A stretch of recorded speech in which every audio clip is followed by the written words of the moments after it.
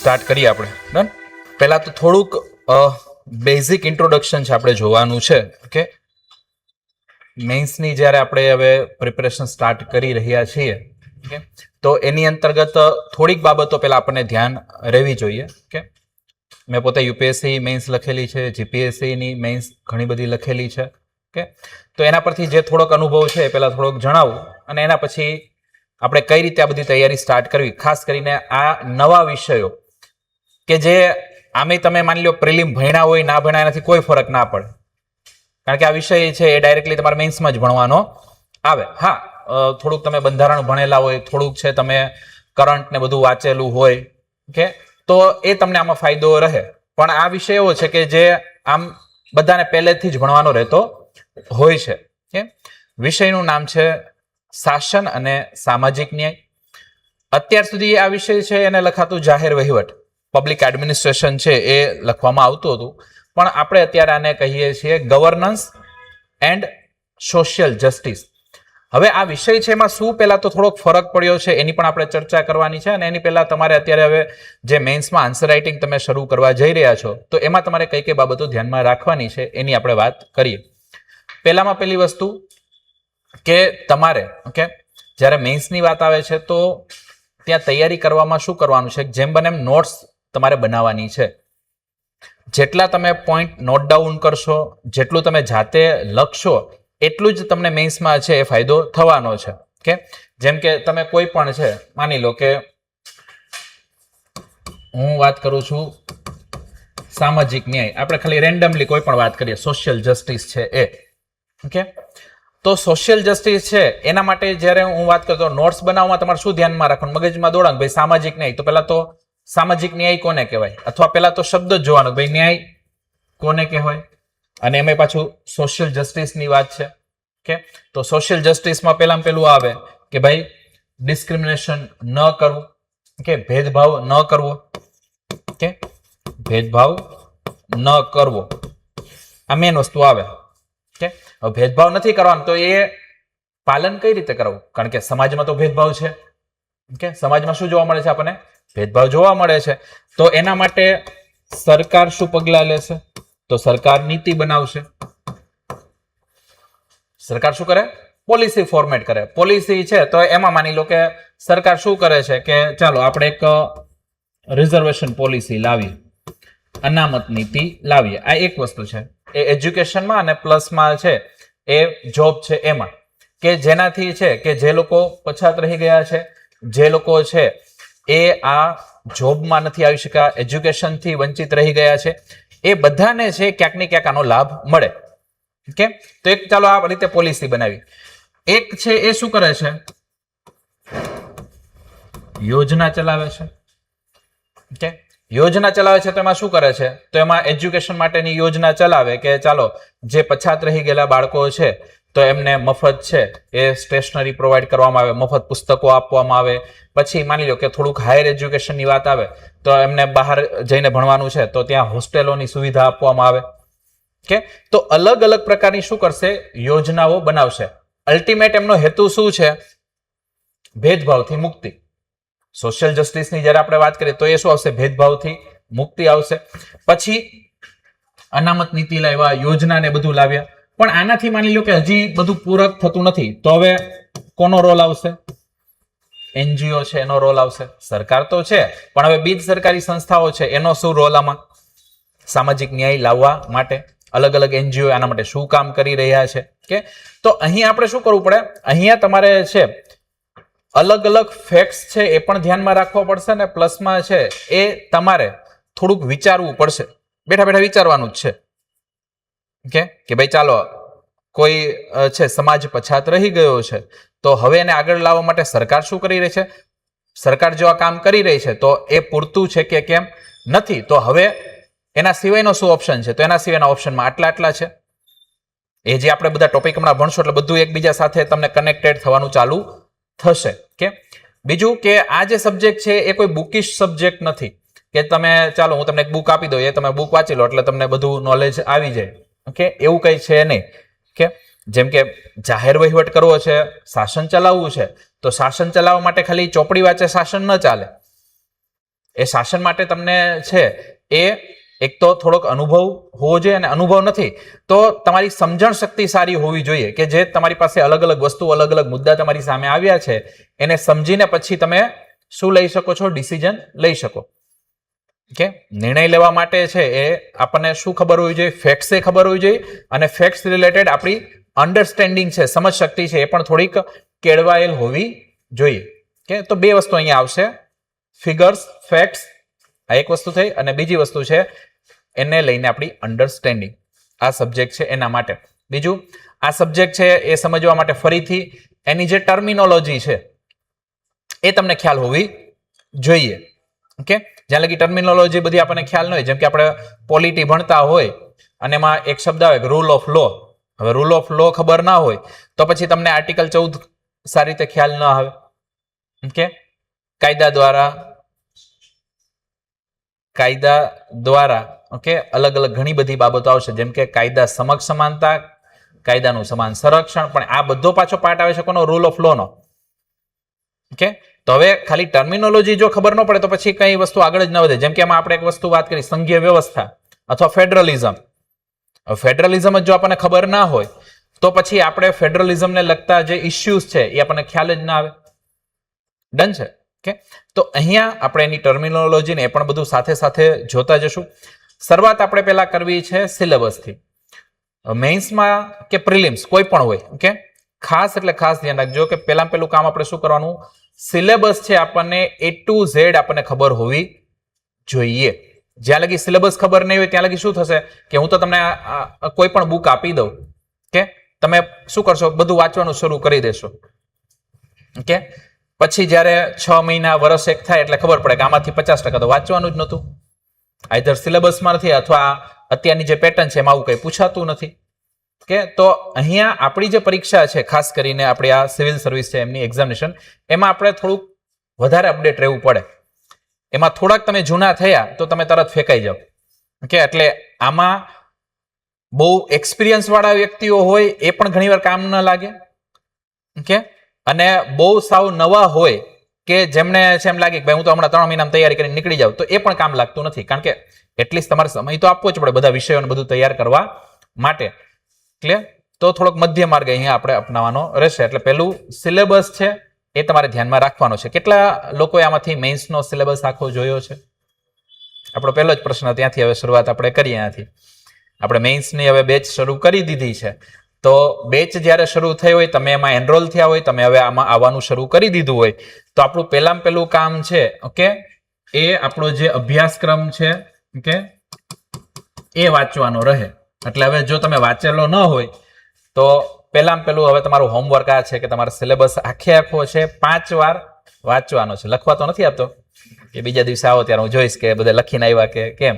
કે આમ તો આપવો જોઈએ તો જ તમે કરો, કારણ કે વાંચ્યો 5 વાર વાંચ્યો મને કેવી રીતે ખબર પડશે કે એના ટીક માર્ક તો નહીં કે 1 વાર વાંચ્યો ચાલો 1 ટીક માર્ક, 2 વાર વાંચ્યો બીજો ટીક માર્ક. ઓકે, પણ 5 વાર એટલા માટે તમને બધું લાઈન ટુ લાઈન યાદ હોવું જોઈએ. કે તમને 1 વારમાં વાંચીને યાદ આવે તો મને કોઈ વાંધો નથી. ઓકે, અને થોરલી બધું, એ પછી ગુજરાતી હોય, ઇંગ્લિશ હોય, GS 1 2 3 4 હોય, એ હોય, નિબંધ હોય. નિબંધમાં તો ચાલો એમાં તો કોઈ બીજું કઈ સિલેબસમાં છે નહીં. ક્લિયર? તો આ પેલું કામ આપણે કરવાનું છે. ઓકે, ત્યાર પછી બીજું કામ છે એ 2025માં જે પ્રશ્નપત્ર લેવાયા, ઓકે, મેઇન્સના જે પણ પેપરો લેવાયા, ઓકે, એ તમારે કરવાના છે.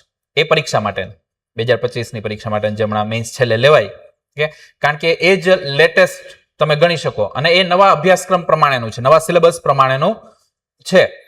જૂના હવે માની લો કે તમે રેફરન્સ તરીકે લઈ શકો ખરા, પણ હવે એને બેઝ તરીકે ના લઈ શકાય કે ચાલો આવા જ પ્રકારના કોઈ ક્વેશ્ચન હવે પૂછાશે. એટલે એ થોડુંક તમારે PYQમાં એ થોડુંક તમારે ધ્યાન રાખવું પડે, કારણ કે સિલેબસ ચેન્જ થઈ ગયો, સિલેબસ ચેન્જ થયો, પેટર્ન ચેન્જ થઈ ગઈ પ્રશ્ન પૂછવાની. હવે UPSCમાં જે પ્રકારે પ્રશ્નો પૂછાય છે એ પ્રકારે હવે GPSCની આપણે પેટર્ન કરી નાખેલી છે. નિબંધમાં પણ તમે હમણાં જોયું જશે કે નિબંધમાં પહેલા જે થોડાક પ્રશ્નો બધા અલગ અલગ નિબંધ પૂછતા, એના કરતા હવે બધા સાવ ફિલોસોફિકલ ટાઈપના જે એસે છે એના ઉપર એ લોકો શિફ્ટ થઈ ગયા છે.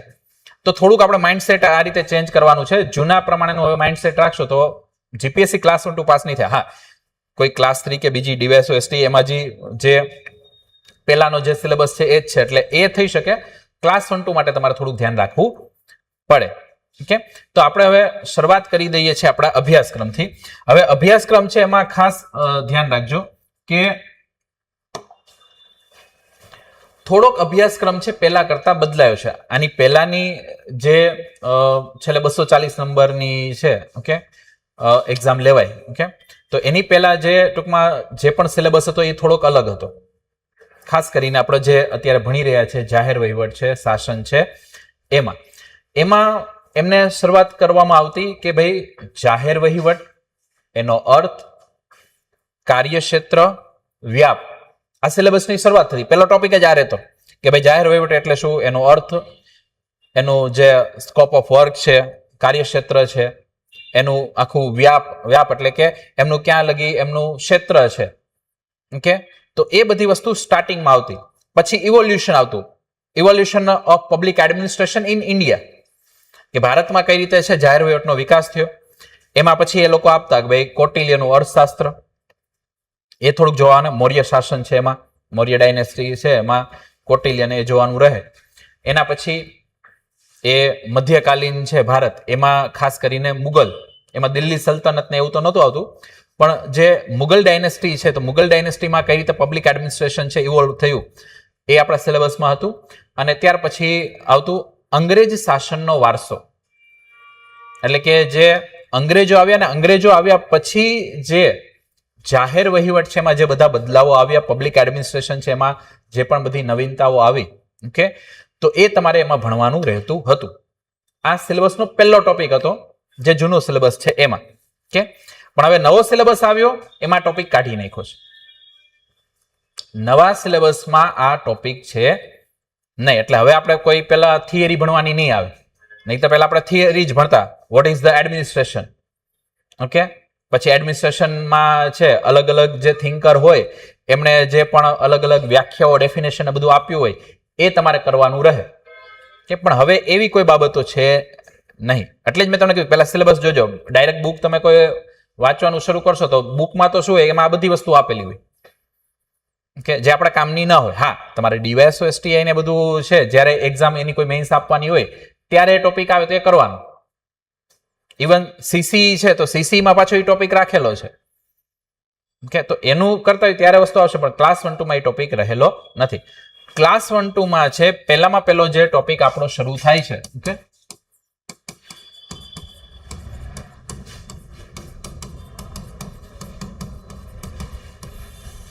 એ પહેલામાં પહેલો ટોપિક આપણો છે કે લોકશાહીમાં મુલ્કી સેવાની ભૂમિકા, ઇંગ્લિશમાં ને કહેવાય role of civil service in democracy. Role of civil service in democracy. Clear? હવે પહેલા તો આપણે આનો થોડુંક સમજી લઈએ, પછી આપણે થોડીક વાત કરીએ આમાં. ક્લિયર? જો સિવિલ સર્વિસ છે એ ઓલરેડી અંગ્રેજોના સમયમાં શરૂ થઈ ગઈ હતી. તમે હિસ્ટ્રી ભણશો, ઓકે, એટલે તમને ખ્યાલ આવશે કે 1772ના સમયગાળામાં છે જ્યારે વોરન હેસ્ટિંગ છે એ અહીંયા ગવર્નર જનરલ બને છે, બંગાળના ગવર્નર જનરલ બને છે. તો એ રેવન્યુ કલેક્શન માટે છે એક પદ બનાવે છે, નામ છે એનું કલેક્ટર. કલેક્ટર નામ જ એટલા માટે આવ્યું કે રેવન્યુ કલેક્શન કરવાનું છે. ઓકે, તો ત્યારથી એમણે રેવન્યુ કલેક્શન કરવા માટે એક આખી છે પબ્લિક એડમિનિસ્ટ્રેશન સિસ્ટમ છે ચાલુ કરી દીધી છે. ઓકે, એમાં સિવિલ સર્વન્ટ છે આવવાનું શરૂ થઈ ગયું છે. પછી ધીમે ધીમે છે પ્રાંત છે તો પ્રાંતના અધિકારીઓને બધું આવશે. આગળ જતા એક્ઝિક્યુટિવ મેજિસ્ટ્રેટ, મામલતદાર ને એ બધા પદ આવવાનું શરૂ થઈ ગયું છે. ઓકે, પ્લસમાં કોર્નવોલિસ ને એ આવશે. તો કોર્નવોલિસ આવશે તો કોર્નવોલિસ સંહિતા બહાર પડશે, કોર્નવોલિસ કોડ છે એ બહાર પાડશે, અને એની અંદર એક આખી પોલીસિંગ સિસ્ટમ છે એ લાગુ કરાવશે કે ભાઈ ચાલો એક વિસ્તાર, એક એરિયાનું એક પોલીસ સ્ટેશન, અને પોલીસ સ્ટેશન દ્વારા છે એ આખા વિસ્તાર છે કે એને લો એન્ડ ઓર્ડર મેન્ટેન રાખવામાં આવશે. તો કોર્નવોલિસ કોડથી પોલીસિંગ સિસ્ટમને પણ ચાલુ થઈ જાય છે. હવે આ જે અંગ્રેજો છે આ બધી વ્યવસ્થાઓ ડેવલપ કરી રહ્યા છે, ઓકે, એમની પાછળના એમના બે હેતુ છે. પહેલો હેતુ રેવન્યુ કલેક્શનનો કે વધારે આવક થાય. સેકન્ડ કે હવે જે બધા ક્રાંતિકારી આંદોલન થાય છે અથવા માની લો કે અંગ્રેજો સામે છે કોઈ આંદોલન કરે તો એને કઈ રીતે છે એની દમન કરવું અથવા કઈ રીતે એને સપ્રેસ કરવા, કે તો સપ્રેસ કરવા માટે પોલીસ છે. તો બે જ કામ કરવાનું છે, revenue collection and second is law and order maintain કરવું. લો એન્ડ ઓર્ડર ના નામે ક્રાંતિકારીઓ છે એને સપ્રેસ કરવા. આ જે કામ છે એ સિવિલ સર્વિસનું છે અને ક્યારનું? બિફોર ઇન્ડિપેન્ડન્સ, સ્વતંત્રતા પહેલા. ક્લિયર? તો સ્વતંત્રતા પહેલા આ કામ રહેતું. પણ જેવી આપણને સ્વતંત્રતા મળી, લોકશાહીમાં આપણે પ્રવેશ કર્યો, ત્યારે હવે આમના કાર્યો બદલાઈ જશે. સિવિલ સર્વિસ છે એમની ભૂમિકા બદલાઈ જશે અથવા મુલકી સેવાની જે ભૂમિકા છે એ બદલાઈ જશે. હવે આમને માત્ર ખાલી છે રેવન્યુ કલેક્શનનું કામ નથી કરવાનું. હવે આનું મુખ્ય કામ શું છે?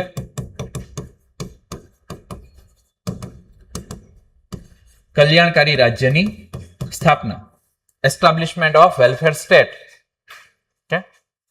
એસ્ટાબ્લિશમેન્ટ ઓફ વેલફેર સ્ટેટ છે એ હવે અમને કરવાનું છે. એટલા માટે હવે જે કલેક્ટર બનશે તો કલેક્ટરે ખાલી છે રેવન્યુ કલેક્શન ઉપર ધ્યાન નથી દેવાનું. એમને સેકન્ડરી શું કરવાનું છે? બધી યોજનાઓ છે, સ્કીમ છે એને ઇમ્પ્લિમેન્ટ કરવાની છે. ક્લિયર? સરકારો પછી હવે એ સમયગાળામાં 5 year પ્લાન ને એમને લાગુ કર્યું, પંચવર્ષીય યોજનાઓ લાવ્યા. પંચવર્ષીય યોજનામાં માની લો કે એમને પ્રાઇમરી રાખ્યું કે કૃષિ, તો કૃષિના ઉત્થાન માટે છે બધી યોજનાઓ છે એનું અમલીકરણ થશે. સેકન્ડરી પછી માની લો ઉદ્યોગો છે એની વાત આવી, ભારે ઉદ્યોગો, હેવી ઇન્ડસ્ટ્રી, સેકન્ડ પંચવર્ષીય યોજના છે એમાં. તો એમાં પછી છે એ કઈ રીતે છે લેન્ડ એક્વિઝિશન કરીને બધી ઉદ્યોગો છે એમનો વિસ્તાર કરવો, એ બધું એમનું કામ આવી જશે. તો ટૂંકમાં બિફોર ઇન્ડિપેન્ડન્સ છે એ પોલીસ સ્ટેટ હતું, પણ આફ્ટર ઇન્ડિપેન્ડન્સ શું આવી જશે? Welfare state. તો પોલીસ સ્ટેટમાંથી આપણે વેલફેર સ્ટેટ આવ્યા તો શું થશે? આમના કાર્યોમાં ફરક પડશે. ક્લિયર? એમની ભૂમિકામાં ફરક પડશે. એટલે એ બધી ભૂમિકા આપણે બતાવવાનું રહે કે ભાઈ શું હવે ભૂમિકા રહી છે લોકશાહીમાં. ક્લિયર? હવે આ જે કાર્ય કરી રહ્યા છે, આ બધી ભૂમિકા નિભાવી રહ્યા છે, તો ઓબ્વિયસલી કંઈક ને કંઈક હર્ડલ્સ આવશે, પડકારો આવશે, અડચણો આવશે. ઓકે, તો એ હવે જે હર્ડલ્સ છે એ આપણે જોવાના રહે. અને હવે જે હર્ડલ્સ આવ્યા છે, માની લો કે આપણને જોવા મળે છે હર્ડલ્સમાં એક હર્ડલ્સ છે કરપ્શન. મોટા મોટું હર્ડલ્સ શું આવે? કરપ્શન છે. ઓકે, તો પછી હવે કરપ્શન અટકાવવા માટે છે શું પગલાં લેવામાં આવ્યા, શું ઇનિશિયેટિવ છે ગવર્મેન્ટ દ્વારા લેવામાં આવ્યા, એ તમારે સાથે લખવું પડે. અને એની અંદર છે પછી તમારે લખવાનું રહે કે ભાઈ ચાલો આપણે છે કરપ્શન અટકે એના માટે આપણે RTI લાવ્યા, રાઇટ ટુ ઇન્ફોર્મેશન એક્ટ, કે આપણે પબ્લિક સર્વિસ એક્ટ લાવ્યા છીએ, એ બધું આવશે આગળ. ઓકે, સિટીઝન ચાર્ટર આપણે લાવ્યા છે. પછી આપણે ઈ શાસન અથવા ઈ ગવર્નન્સ, આપણે કન્સેપ્ટ શું લાવ્યા? E governance. ઓકે, કે પહેલા તમારે છે માની લો કે કોઈને સબસિડી આપી છે, સહાય આપવી છે, તો ત્યાં તમે તમારું ફોર્મ લઈને જાઓ, એ ફોર્મ છે ત્યાં ફિલઅપ ને બધું કરો. પછી પેલો ઓફિસર કે જે કર્મચારી છે જોવે કે ભાઈ આ છે આપણને પૈસા આપી શકે એમ છે કે કેમ. ઓકે, તો એ પ્રમાણે શું કરે? કહે કે ભાઈ તમારું કામ ફટાફટ થઈ જશે, પણ આટલા થશે, 10% થશે જેટલી પણ રકમ છે એના. ઓકે, તો આવી બધી વસ્તુ થતી. પણ ઈ શાસન આવ્યું એટલે શું થયું કે ભાઈ ઈ શાસનમાં છે એક બાજુ છે તમને એકાઉન્ટ ખોલી દેવામાં આવ્યું છે, તો શું કર્યું? DBT, direct benefit transfer. તેમાં કોઈ વચેટિયા કે એ બધું રહ્યું નહીં. ડાયરેક્ટ તમને સ્કીમનો લાભ શું મળ્યો? ડાયરેક્ટલી મળવાનો ચાલુ થયો. તો આ ઈ શાસન દ્વારા આ વસ્તુ થઈ. તો કરપ્શન ક્યાંક ને ક્યાંક શું થયું? એ પ્રકારે જે થતું એ ઘટ્યું. આપણે એવું નથી કહેતા ઝીરો થઈ ગયું, પણ જે આ પ્રકાર બધા કરપ્શન થતા એ ધીમે ધીમે આ રીતે ઘટવાના ચાલુ થયા. ઓકે, તો આ બધી વસ્તુ આપણે અહીંયા કનેક્ટ કરવાની રહે. ક્લિયર? તો અહીંયા લોકશાહીમાં મુલકી સેવાની ભૂમિકા છે એમાં આપણે પહેલા તો છે એ થોડીક બધી બેઝિક વાત કરીશું કે લોકશાહીમાં મુલકી સેવાની આજની તારીખે શું ભૂમિકા છે, શાસનમાં મુલકી સેવાની શું ભૂમિકા રહેલી છે, વિકસતા રાજ્યોમાં મુલકી સેવાની શું ભૂમિકાઓ રહેલી છે.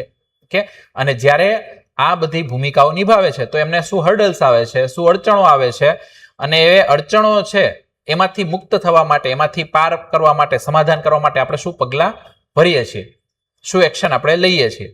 કે એ વસ્તુ આપણે અહીંયા ભણવાની આવશે, જે આપણો આ પહેલો ટોપિક છે એમાં. અને તમને પ્રશ્નો આવા પ્રકારના જ આવશે, પ્રશ્નો એ પ્રકારના આવશે, એ બધી આપણે પછી હમણાં ચર્ચા કરશું. ક્લિયર? સેકન્ડ, હવે આપણો જે સિલેબસનો ટોપિક છે એ છે વિકાસ પ્રક્રિયા. વિકાસ પ્રક્રિયા એટલે કે ડેવલપમેન્ટ પ્રોસેસ. ઓકે, વિકાસ પ્રક્રિયા એમાં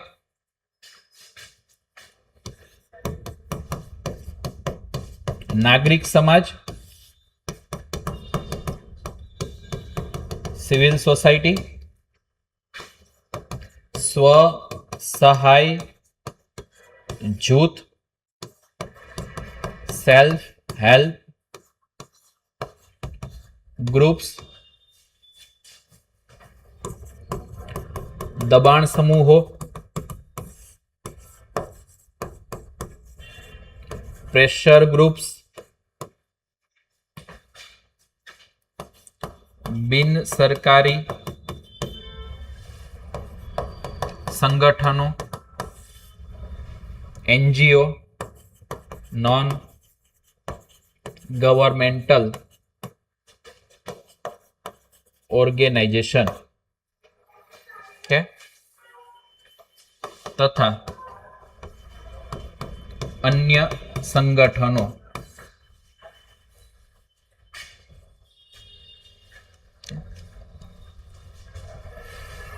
પેલા લખી લ્યો એટલે પછી આપણે વાત કરી લઈએ એમાં. ઓકે, શું છે?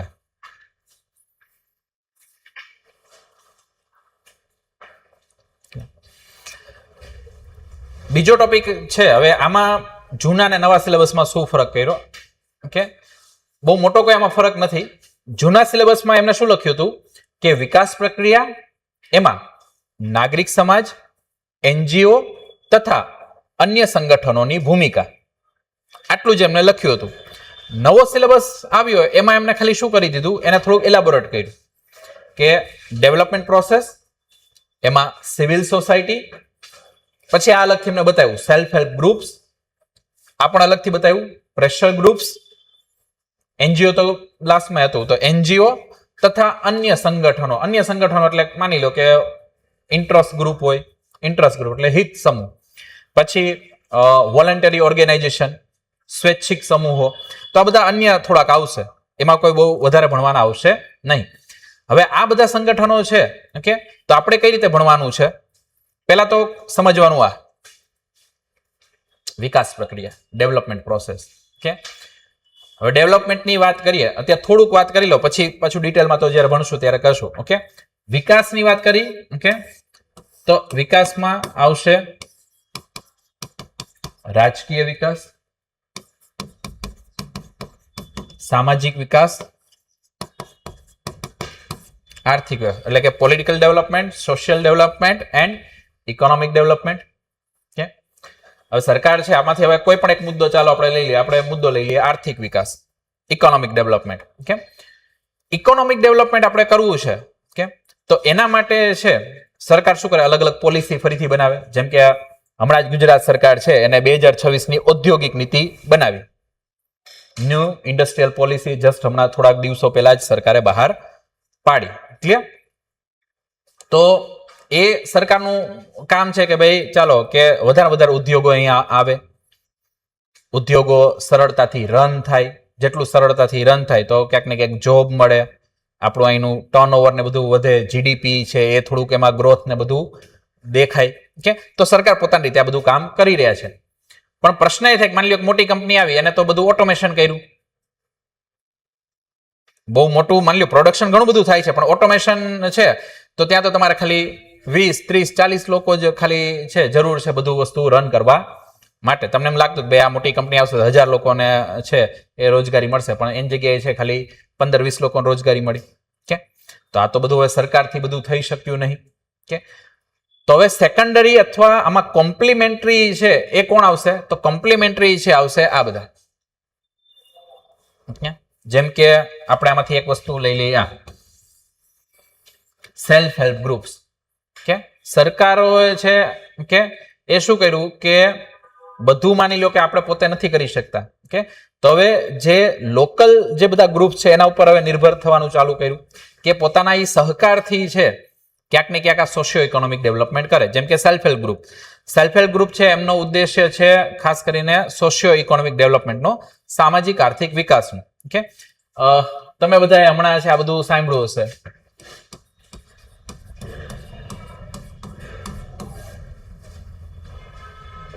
લખપતિ દીદી. ઓકે, કરંટ વાંચતા હોય તો આ બધું ખ્યાલ હોય. ઓકે, તો કેન્દ્ર સરકારે છે સ્કીમ બહાર પાડી, લખપતિ દીદી છે એ. ઓકે, કે બધા જેટલા દીદી છે બધાને લખપતિ બનાવવા છે. ઓકે, હવે લખપતિ બનાવવા છે તો એના માટે ગ્રાઉન્ડ લેવલ ઉપર છે એ બધાને રોજગારી ને બધું કરે તો આવે. તો એ કોનો આશરો લે છે? એ આશરો લે છે આમનો, સેલ્ફ હેલ્પ ગ્રુપનો. શા માટે આપણે ભણવાનું છે? એ આના કારણે સરકાર છે એ અત્યારે છે એ ટાર્ગેટ રાખ્યું છે કે ભાઈ મહિલાઓ છે એ આત્મનિર્ભર બને, સેલ્ફ રિલાયન્ટ બને. તો એના માટે છે આપણે યોજના બહાર પડી લખપતિ દીદી. હવે લખપતિ દીદી બનાવવા કઈ રીતે? ઓકે, તો એમને ક્યાંક ને ક્યાંક છે અર્થવ્યવસ્થામાં સાથે જોડવા પડે. કોઈ એમને નાની મોટી એક્ટિવિટી છે એ કરાવવી પડે. ઓકે, સ્વરોજગારી કરી શકે એના માટે કંઈક એમને કામ તો કરાવવું પડશે. તો એમાં આશરો લીધો સેલ્ફ હેલ્પ ગ્રુપ છે એમનો, કે ભાઈ 15 થી 20 છે એ મહિલાઓનું ગ્રુપ બનાવવું. પછી એ ગ્રુપ છે એમને જ થોડાક સંસાધનો આપવા. જેમ કે માની લો કે ગામડા ગામમાં 15-20 લોકોનું ગ્રુપ બનાવ્યું, કહ્યું કે ભાઈ હવે તમારે અહીંયા શું કરવાનું છે? ખાખરા બનાવવાના છે. ઓકે, તો 3-4 મહિલાઓ શું કરશે? એ બધું રો મટીરિયલ ને એ બધું કલેક્શન ને એ બધું કામ કરશે. 5-6 મહિલા છે એ ખાખરા છે એ વણવાનું ને એ બધું કામ કરશે. એનું આખું ટૂંકમાં પ્રોસેસિંગ છે એનું. અને 3-4 મહિલા છે એ બધું માર્કેટિંગનું એનું કામ કરશે કે ભાઈ એ ઘરે ઘરે સુધી છે એ એનું માર્કેટિંગ કરવું, એને પહોંચાડવા 100 બધું કરવું. ઓકે, તો 15 થી 20 મહિલાઓને શું થઈ ગયું? અહીં એમને રોજગારી મળી. હવે આ ડાયરેક્ટ તો રોજગારી મળી નથી, એના માટે એમને સંસાધનો વિકસાવવાનું બધું પડે. તો સરકાર શું કરશે કે જે ઇનિશિયલી જે મશીનરી છે એનું કોસ્ટિંગ છે એ સરકાર આપી દેશે. ઓકે, બીજું સરકાર સબસિડી આપશે. ઓકે, ત્રીજી વસ્તુ કે સરકાર છે આમને જરા વેચવાની બધી વાત આવી, માર્કેટિંગનું બધું આવ્યું, તો સમયાંતરે શું કરે? ગ્રામીણ હાટ છે, જે બધા અલગ અલગ મેળા થતા હોય ને, તો એમાં ગ્રામીણ હાટ છે એવું બધું કન્સેપ્ટ લાવે. સ્વદેશી મેળાઓ છે એ બધું બનાવે. કે તો ત્યારે આ જે બધી મહિલાઓ છે શું કરે? ત્યાં જઈને પોતાનો માલ સામાન જે પણ છે એમને પ્રોડ્યુસ કર્યો છે બધું વેચી શકે. અને ધીમે ધીમે એનું માર્કેટિંગ ને બધું થતું થાય. ક્લિયર? તો સરકારો શું કરી રહી છે? સરકારો આ રીતે છે સોશિયો ઇકોનોમિક ડેવલપમેન્ટ કરી રહી છે. તો ખાલી સરકારથી આ બધી વસ્તુ ના થઈ, એમાં પછી કોનો ફાળો આવ્યો? અલગ અલગ ગ્રુપનો. આ તો ઇકોનોમીની વાત કરી એટલે મેં આની વાત કરી. આ જ રીતે સોશિયલ ડેવલપમેન્ટ આવે, સામાજિક વિકાસ. તો સામાજિક વિકાસ છે તો સામાજિક વિકાસમાં માની લો કે મેઇન વસ્તુ શું આવે? કે સામાજિક ભેદભાવ દૂર કરવો, સમાજમાં બધાનું સ્થાન સરખું આવે. ખાસ કરીને આપણે અહીંયા છે વર્ગ વિગ્રહ છે અથવા વર્ગો વચ્ચે ભેદ છે, ઉચ્ચ નીચના ભેદભાવ છે, સ્ત્રી અને પુરુષો છે તો એમના વચ્ચે લિંગ ભેદભાવ છે.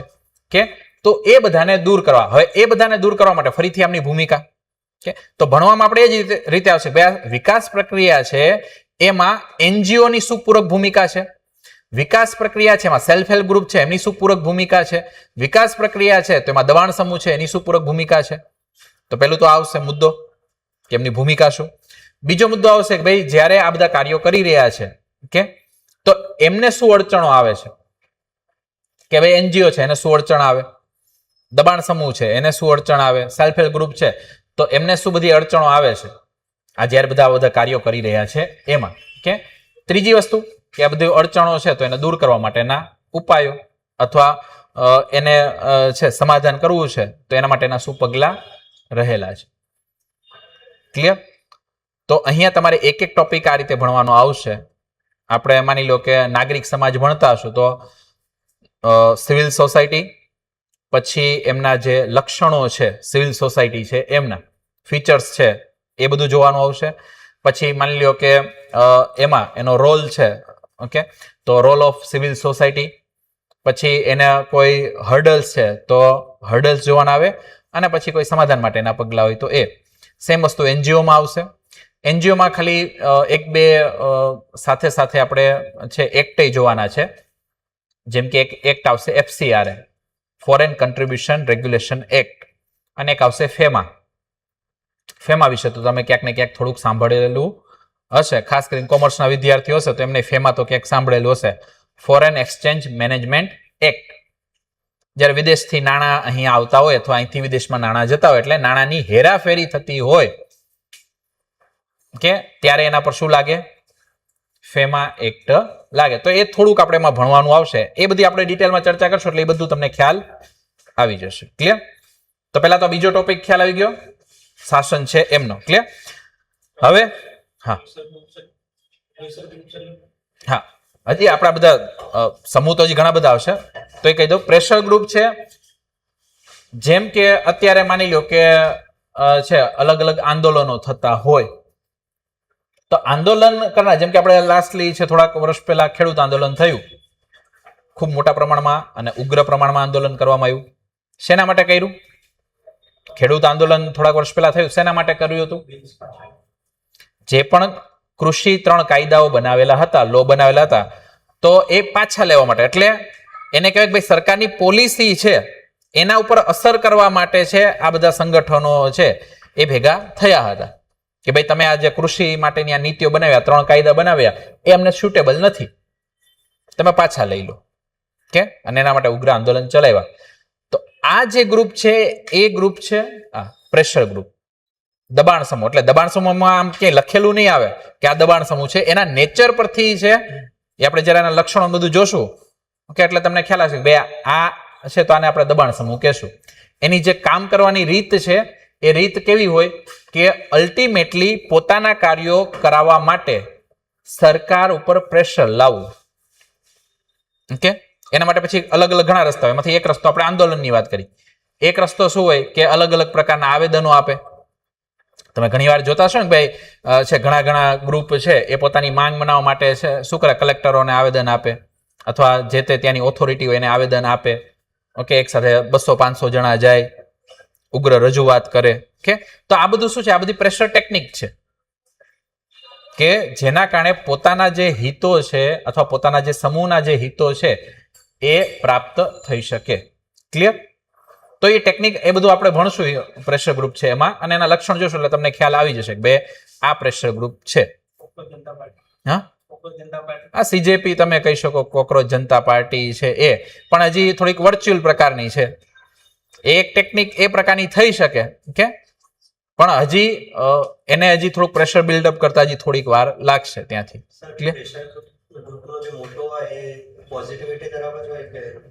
ના, એવું કોઈ જરૂરી નથી.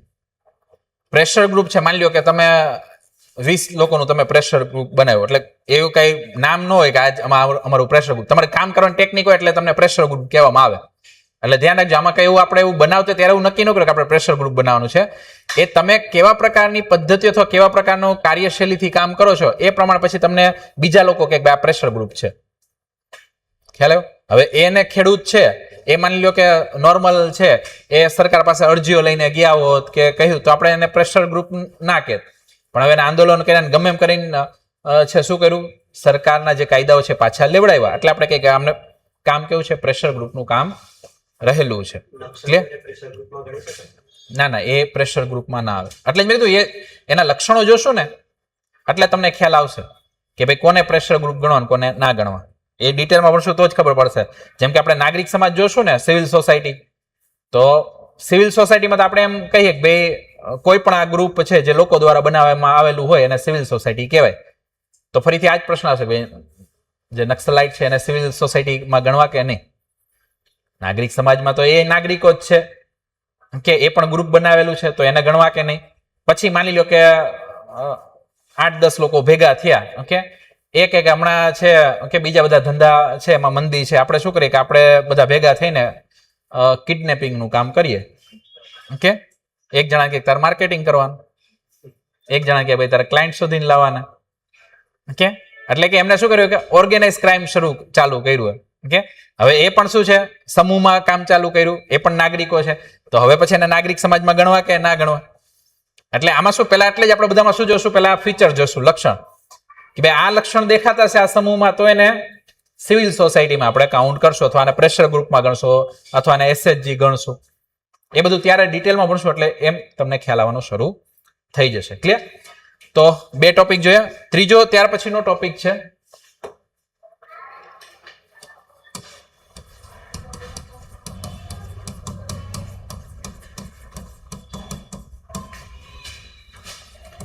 વૈધાનિક, નિયમનકારી અને અર્ધ ન્યાયિક સત્તાઓ અથવા સત્તા મંડળો સ્ટેટ્યુટરી,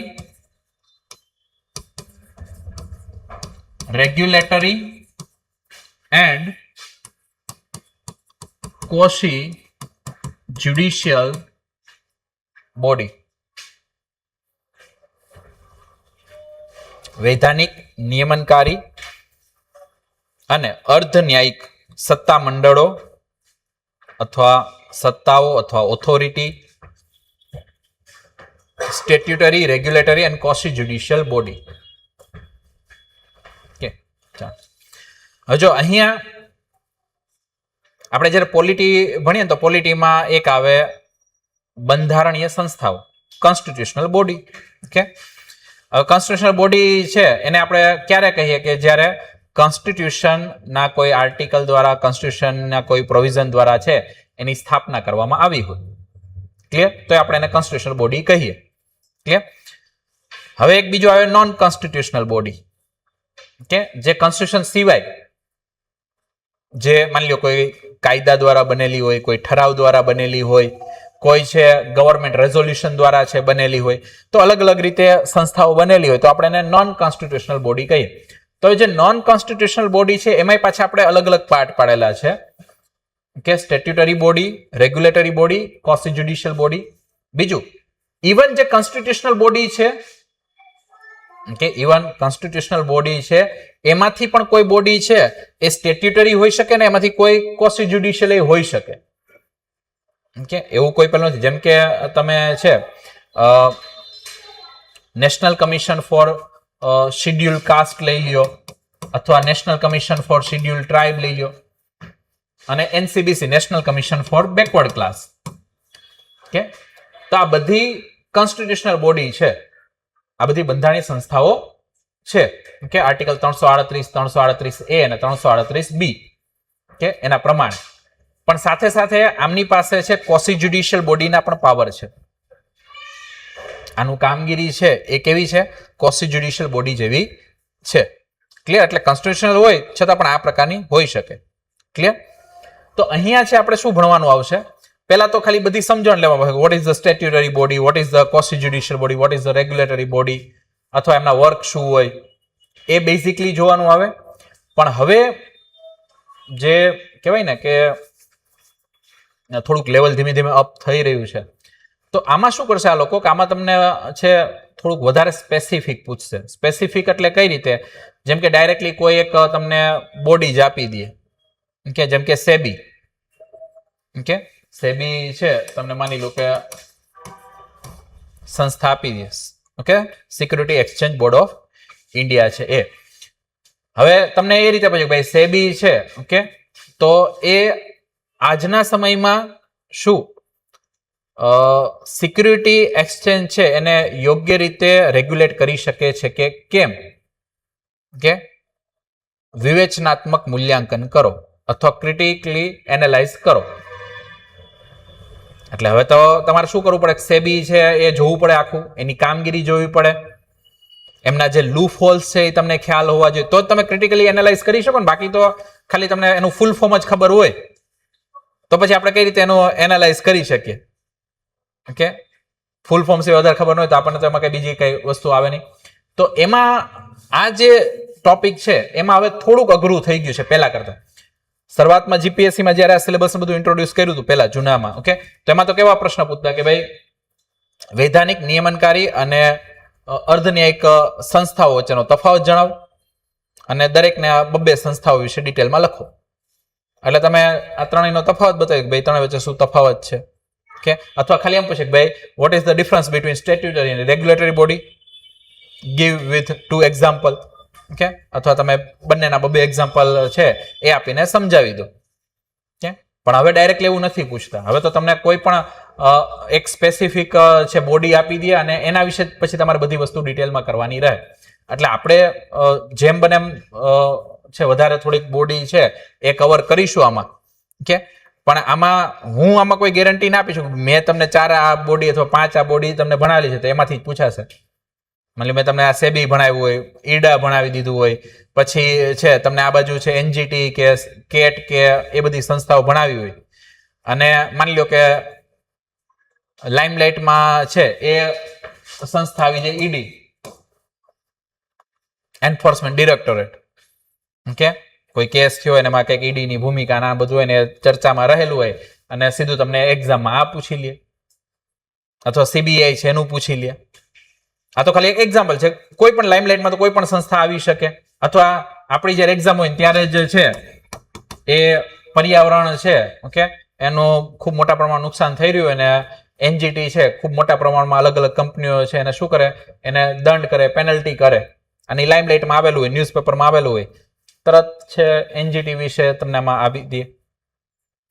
એટલે આ ટોપિકમાં તમારે શું કરવું પડશે? બેઝિક તો આપણે કરશું, પણ તમારે સાથે સાથે કરંટમાં પણ અપડેટ રહેવું પડશે. જ્યારે મેઇન્સ લખવાની થાય ત્યારે એ સમયગાળામાં તમારે જોવાનું કે કઈ કઈ સંસ્થા લાઇમલાઇટમાં રહેલી છે, તો એના વિશે તમને ડાયરેક્ટલી પૂછી શકે. એમાં માની લ્યો કે કોઈ કન્સિક્વન્સીસ ઊભા થયા હોય કાયદાને લઈને, અથવા એ બોડી છે એ પર્ટિક્યુલરલી એ બાબતો હજી સરખી રીતે રેગ્યુલેટ ના કરી શકી હોય, ઓકે, તો તમને પૂછે કે ભાઈ શું અત્યારે પ્રોબ્લેમ આવી રહ્યા છે, હજી આમાં કોઈ સુધાર કરવાની જરૂર છે, રિફોર્મ્સ સૂચવો, અથવા તમે કમેન્ટ કરો, તમારી ટિપ્પણી કરો, એ કોઈ પણ રીતે આપણને પૂછી શકે. ડન આટલી વસ્તુ? તો ત્રીજો ટોપિક ખ્યાલ આવી ગયો કે અલગ અલગ પ્રકારનો આવશે. અહીંયા વૈધાનિક સંસ્થાઓ છે, ઓકે, તો અહીંયા ઓકે આ કઈ કરવાની જરૂર નથી. ઓકે, અહીંયા તમારે છે સ્ટેટ્યુટરી છે તો એ આવશે કાયદા આધારિત. ખાલી અત્યારે થોડું કહી દો, ખાલી સંસદના કાયદા અથવા વિધાનસભા છે એમના કાયદા દ્વારા બનેલી સંસ્થા હોય તો એને આપણે સ્ટેટ્યુટરી બોડી કહેશું. ઓકે, રેગ્યુલેટરીમાં શું આવશે? કોઈ પણ ક્ષેત્ર વિશેષ અથવા કોઈ સેક્ટર સ્પેશિયલ, ઓકે, કોઈ સેક્ટર બેઝ છે રેગ્યુલેશન કરનારી કોઈ બોડી હોય, જેમ કે માની લો આપણે કઈ ઇન્સ્યોરન્સ એક સેક્ટર થઈ ગયું, તો એને રેગ્યુલેશન કરનારી બોડી કઈ છે? IRDA, insurance regulation and development authority of India, IRDAI. પછી આપણે જે સેબી ની વાત કરીએ તો એનું મુખ્ય કામ શું છે? જે સિક્યુરિટીઝ છે, ઓકે, તો જેટલી પણ સિક્યુરિટી છે, સ્ટોક એનો એક પોર્શન છે, મેઇનલી આવે આખી સિક્યુરિટીઝ. ઓકે, તો સિક્યુરિટી છે તો એમાં જે પણ ઓકે નિયમન કરવાનું છે એ સેબી કરશે. ઓકે, તો હવે સેબીના તો કામ ઘણા બધા આવી ગયા, એ આપણે પછી ચર્ચા કરશું. અને એ જ રીતે પછી અહીં આવશે ક્વોસી જ્યુડિશિયલ બોડી. તો ક્વોસી જ્યુડિશિયલ બોડી છે, ઓકે, એ શું કરશે? એ પણ સેક્ટર સ્પેસિફિક, ક્ષેત્ર વિશેષ ના કાયદા અમલીકરણ કરાવશે.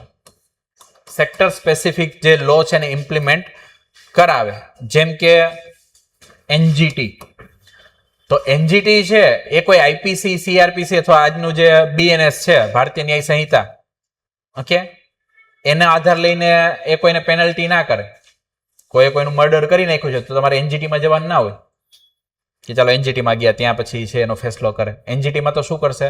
ત્યાં એર પોલ્યુશન રિલેટેડ આપણો જે એર એક્ટ છે, વોટર પોલ્યુશન રિલેટેડ આપણો જે વોટર એક્ટ છે, ઓકે, એન્વાયરમેન્ટ રિલેટેડ આપણો જે એન્વાયરમેન્ટ છે કે પ્રિવેન્શન એક્ટ આપણો જે છે, ઓકે, તો એ બધા એક્ટને લાગુ કરાવે અથવા એના રિલેટેડ જે કેસ છે એનો ચુકાદો આપે. બીજા કોઈ તમે એક્ટ લઈને જાઓ તો એ એના જ્યુડિક્શનમાં જ આવે નહીં. તો સેક્ટર સ્પેસિફિક અથવા ક્ષેત્ર વિશેષ જે કાયદાઓ છે એનું ઇમ્પ્લિમેન્ટેશન કરાવે છે. ક્લિયર? તો આપણે આ બધી સંસ્થાઓ જોવાની રહેશે. ચાલો નેક્સ્ટ, ત્યાર પછી જે ચોથો મુદ્દો અહીં આપેલો છે, ઓકે, હવે એ ચોથો જે ટોપિક છે એમાં પાછા ઘણા બધા સબ ટોપિક છે. ઓકે, શરૂઆતમાં એને આપ્યું છે સુશાસન અને ઈ શાસન.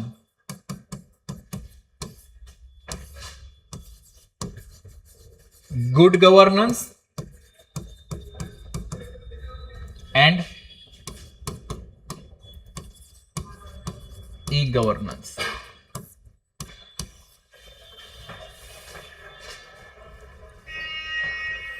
ઓકે, ગુડ ગવર્નન્સ અને ઈ ગવર્નન્સ. હજો અહીંયા ગુડ ગવર્નન્સ, ઈ ગવર્નન્સ એ બધું સમજીએ પેલા તો આપણે મેન જોવાનું રહે કે ભાઈ what is the governance.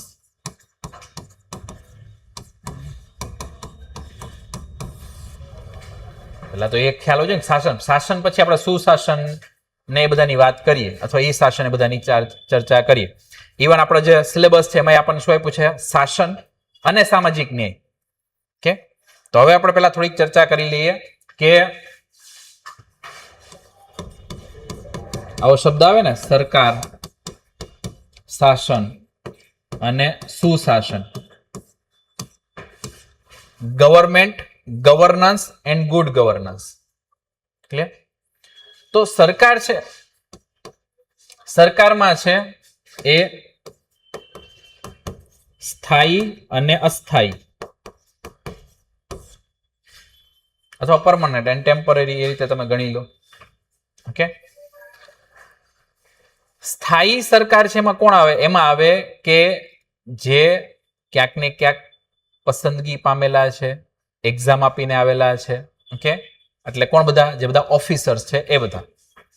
Okay, સ્થાયીમાં કોણ આવશે? બધા ઓફિસર છે એ બધા જે ચૂંટાયેલા નથી, ઇલેક્ટેડ નથી, એ ક્યાંક ને ક્યાંક એક્ઝામ પાસ કરીને આવ્યા છે અથવા કોઈ બીજી રીતે છે પસંદગી પામીને આવેલા છે. ઓકે, તો અહીંયા કોણ આવશે? બધા અધિકારીઓ, ઓફિસર છે એ.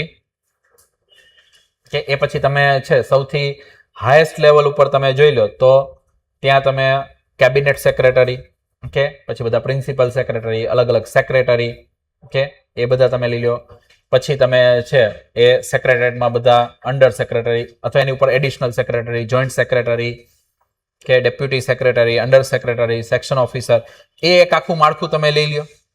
ઓકે, તો જેટલા પણ તમે ક્લાસ 1 થી લઈને ક્લાસ 4 સુધીના બધા ઓફિસર બધું લેશો એ તમારા સ્થાયી સરકારમાં આવે.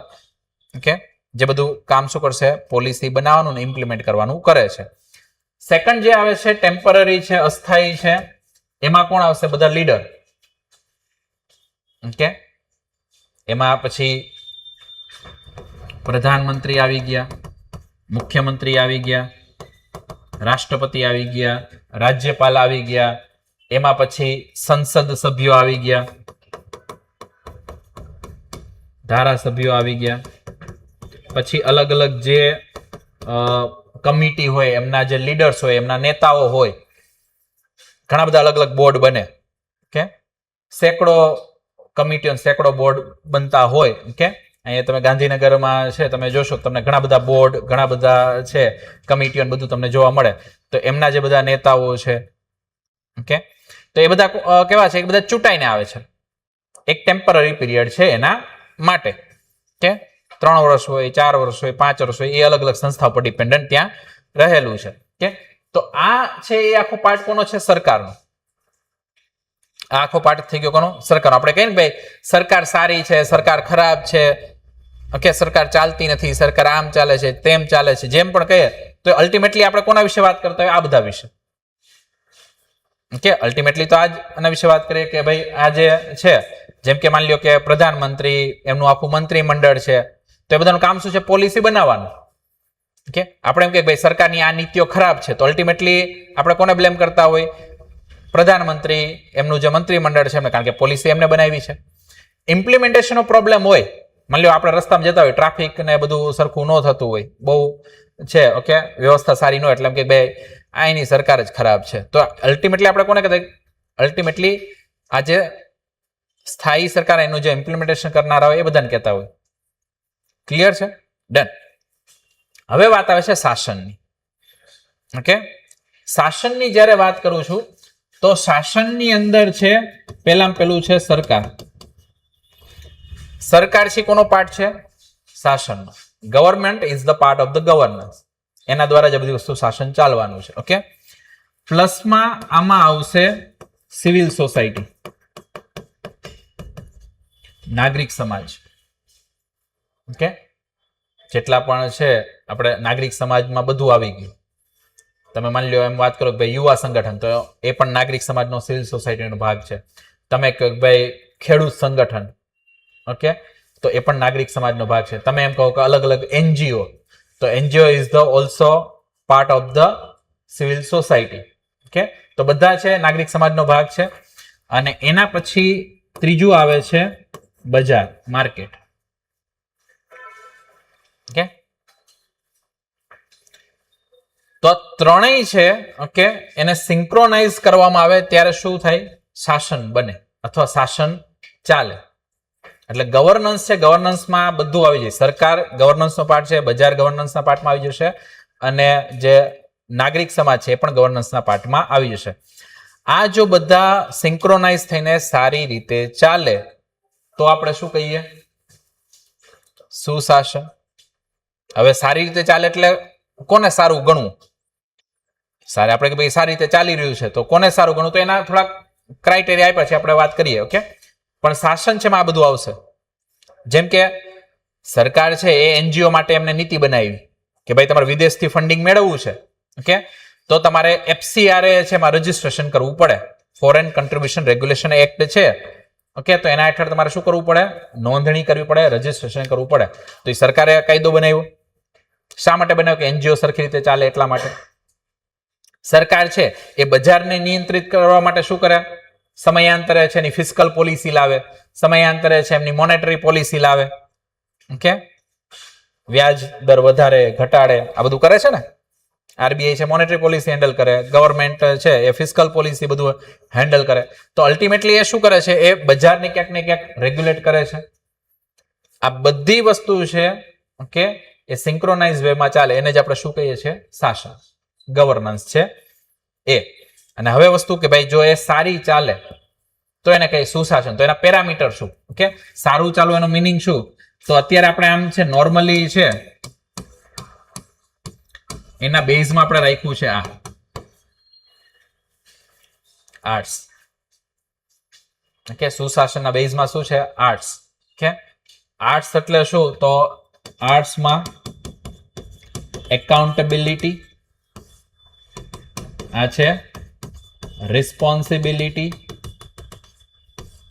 આ છે ટ્રાન્સપરન્સી, અને આ છે સેન્સિબિલિટી.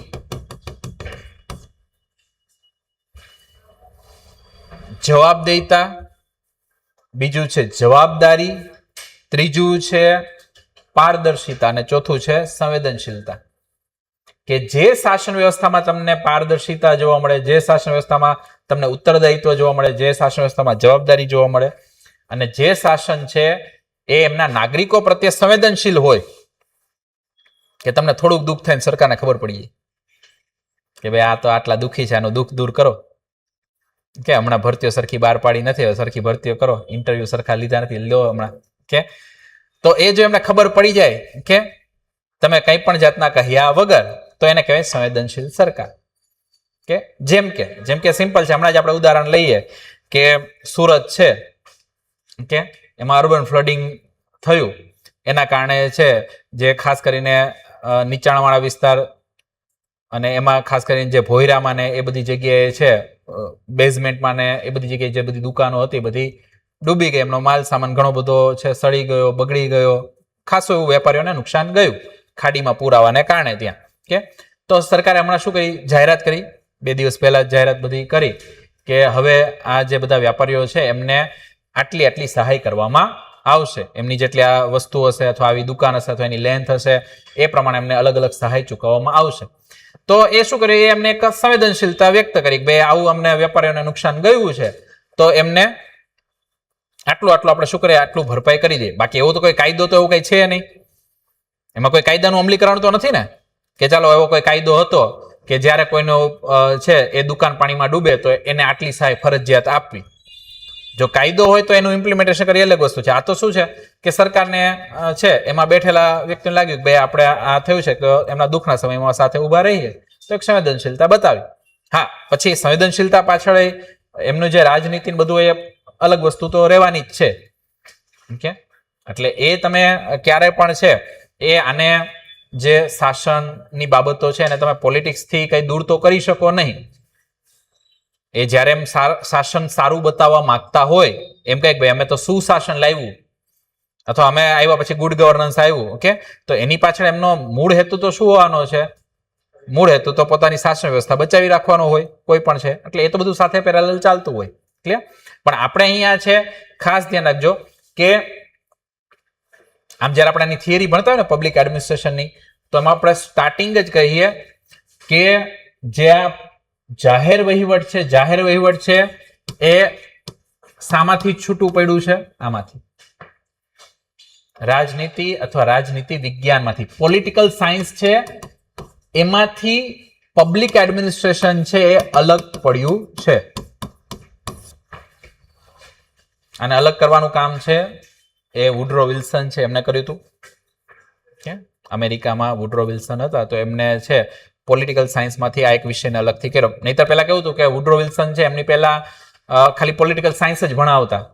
આ જાહેર વહીવટ કે એવો કોઈ સબ્જેક્ટ, એવું કઈ વિષય કઈ અલગ હતું નહીં. પછી ધીમે ધીમે છે વિષય અલગ થયો, એમાં ઘણા બધા અલગ અલગ મુદ્દાઓને બધું સામેલ કર્યું.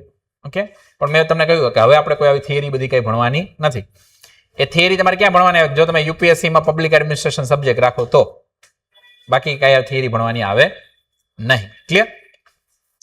તો અહીંયા શાસન વ્યવસ્થા છે સારી ક્યારે ગણવામાં આવશે? જ્યારે એકાઉન્ટેબલ હશે, રિસ્પોન્સિબલ હશે, ટ્રાન્સપરન્ટ હશે, પછી સેન્સિબિલિટી હશે. આના સિવાય બીજા ઘણા બધા મુદ્દા છે, જેમ કે શાસન વ્યવસ્થામાં શું હશે? રૂલ ઓફ લો, કાયદાનું શાસન. કાયદા આધારિત શાસન વ્યવસ્થા ચાલતી હોય તો એને સારી શાસન વ્યવસ્થા કહીએ. મનમાની રીતે જો શાસન વ્યવસ્થા ચાલતી તો એને આપણે સારી શાસન વ્યવસ્થા કહીએ નહીં, કારણ કે આ તો લોકશાહી છે. લોકો દ્વારા ચૂંટાયેલા વ્યક્તિઓ જે કાયદા બનાવે છે એ કાયદાનું પાલન થાય તો આપણે શાસન વ્યવસ્થાને સારી કહીએ. પણ માની લ્યો કે કોઈ વ્યક્તિ છે કે એ કઈક હું જેમ કહું એમ જ થાય, તો એ શાસન વ્યવસ્થાને સારી કહી શકે ને. તો એ પછી એ રાજાશાહી આવી જાય, અથવા મોનાર્કી આવી જાય, અથવા એને આપણે સરમુખત્યારશાહી કહીએ. તો મોનાર્ક અથવા સરમુખત્યારશાહી હોય તો એમાં પછી પેલું કન્સેપ્ટ આવે શું? મેરા વચન હી મેરા શાસન હે. આવે ને? કોણ કે છે? રાજમાતા.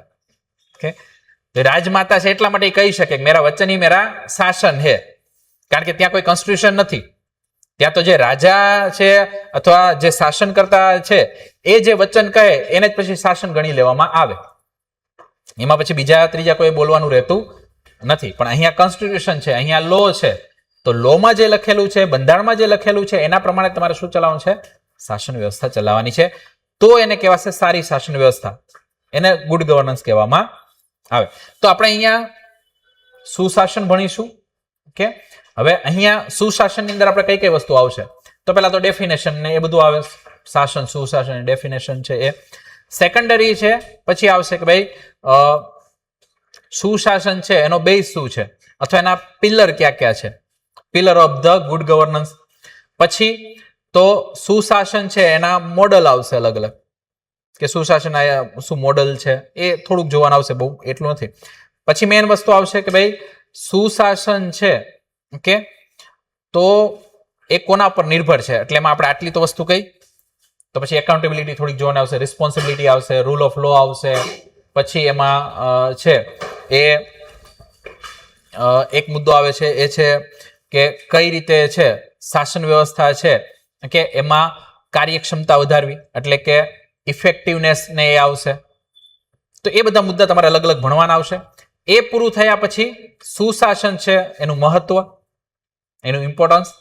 એ પૂરું થાય એટલે પછી સુશાસન લાવવામાં શું અડચણો આવે છે, ફરીથી એ જ બધી બાબતો, શું લિમિટેશન આવે છે, શું મર્યાદાઓ છે, અને પછી સુશાસન લાવવા માટે છે સરકારે શું પગલા ભર્યા છે, ઓકે, અથવા શું પગલા ભરવા જોઈએ, એ તમારે ભણવાનું આવે. ક્લિયર? તો આ પેલો મુદ્દો થયો સુશાસનનો. હવે એના પછી જે નેક્સ્ટ ટોપિક છે એ આવે છે ઈ શાસન. ધ્યાન રાખજો, આપણે મેઇન વસ્તુ આપણો કન્સેપ્ટ આ હતો ભાઈ આપણે સુશાસન લાવવું છે. તો સુશાસન લાવવા માટે જ હવે બીજા બધા મુદ્દા આપણને સિલેબસમાં આપ્યા છે. જેમ કે હવે ગુડ ગવર્નન્સ આપણે લાવવું હતું તો આપણે લાવ્યા ઈ શાસન, ઈ ગવર્નન્સ.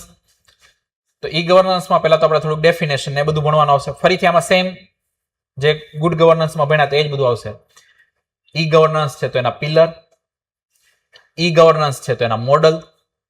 ઓકે, જેમ કે મોડલ આવશે G2B, G2G, G2E, G2C, government to business model, government to government model, government to employ model, government to citizen model. જેમ કે છે આપણે ફોર્મ ભરીએ આમાં ઓજસમાં, ઓકે, તો એ મોડલ આ છે.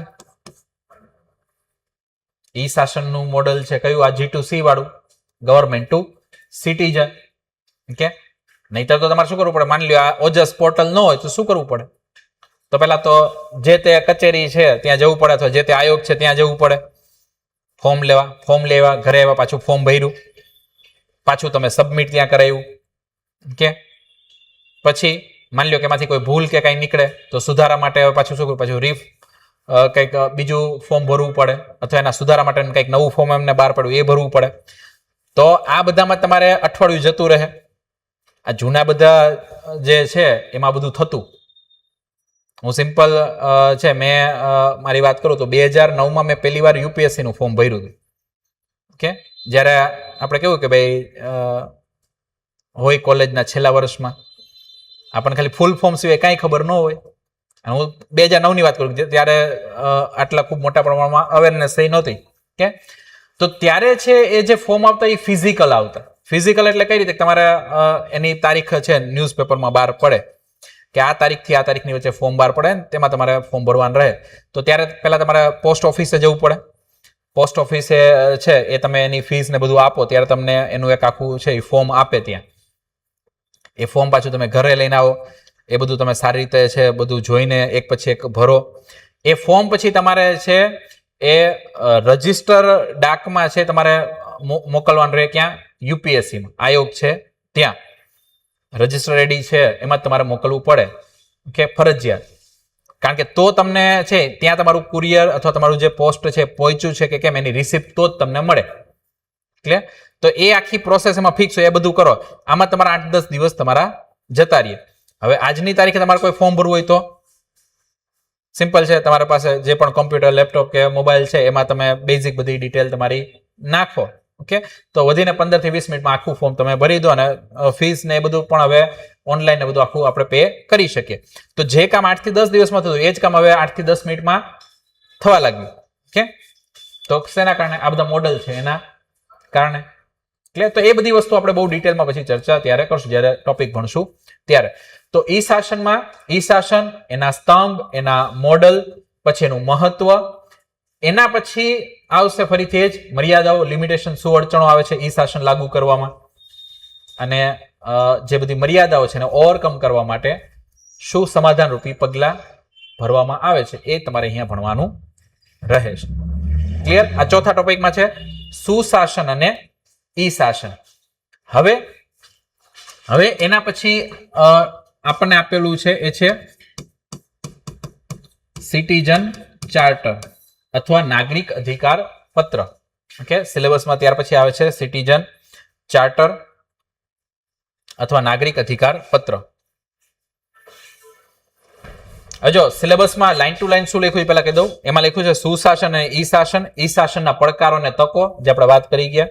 પછી લખ્યું છે શાસનમાં પારદર્શિતા, જવાબદેહિતા અને સંવેદનશીલતા, જે આપણે ઓલરેડી ક્યાં ભણવાનું હોય? સુશાસન છે એમાં જવાબદેહિતા, પારદર્શિતા, સંવેદનશીલતા. એના પછી સીધું આપણને આપ્યું છે સિટીઝન ચાર્ટર અથવા આને કહે છે નાગરિક અધિકાર પત્ર.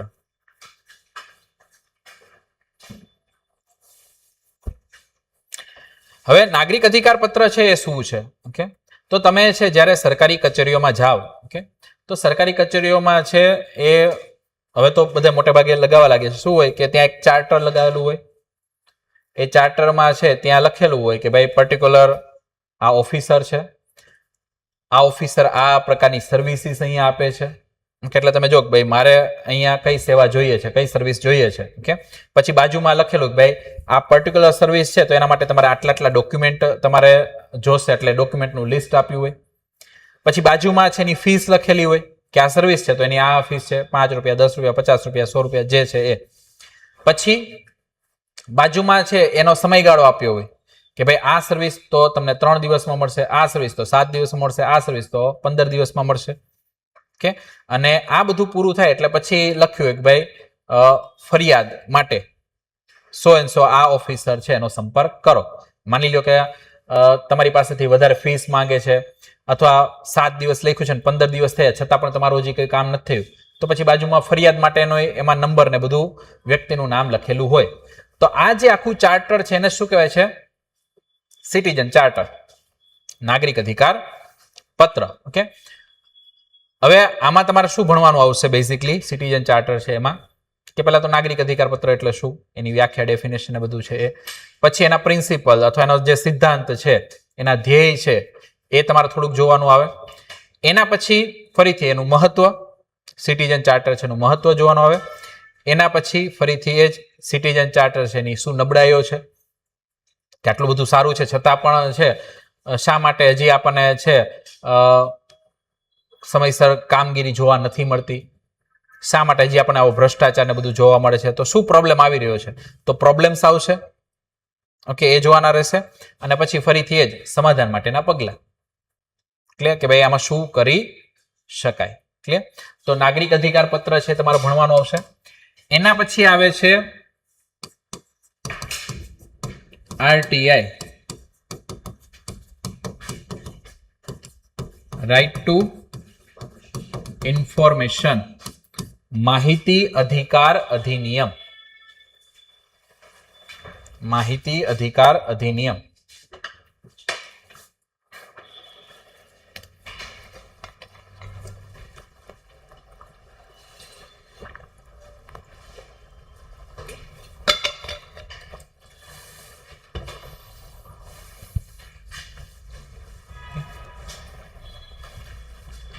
માહિતી અધિકાર અધિનિયમ છે એમાં તમારે બે વસ્તુ ધ્યાનમાં રાખવાની છે.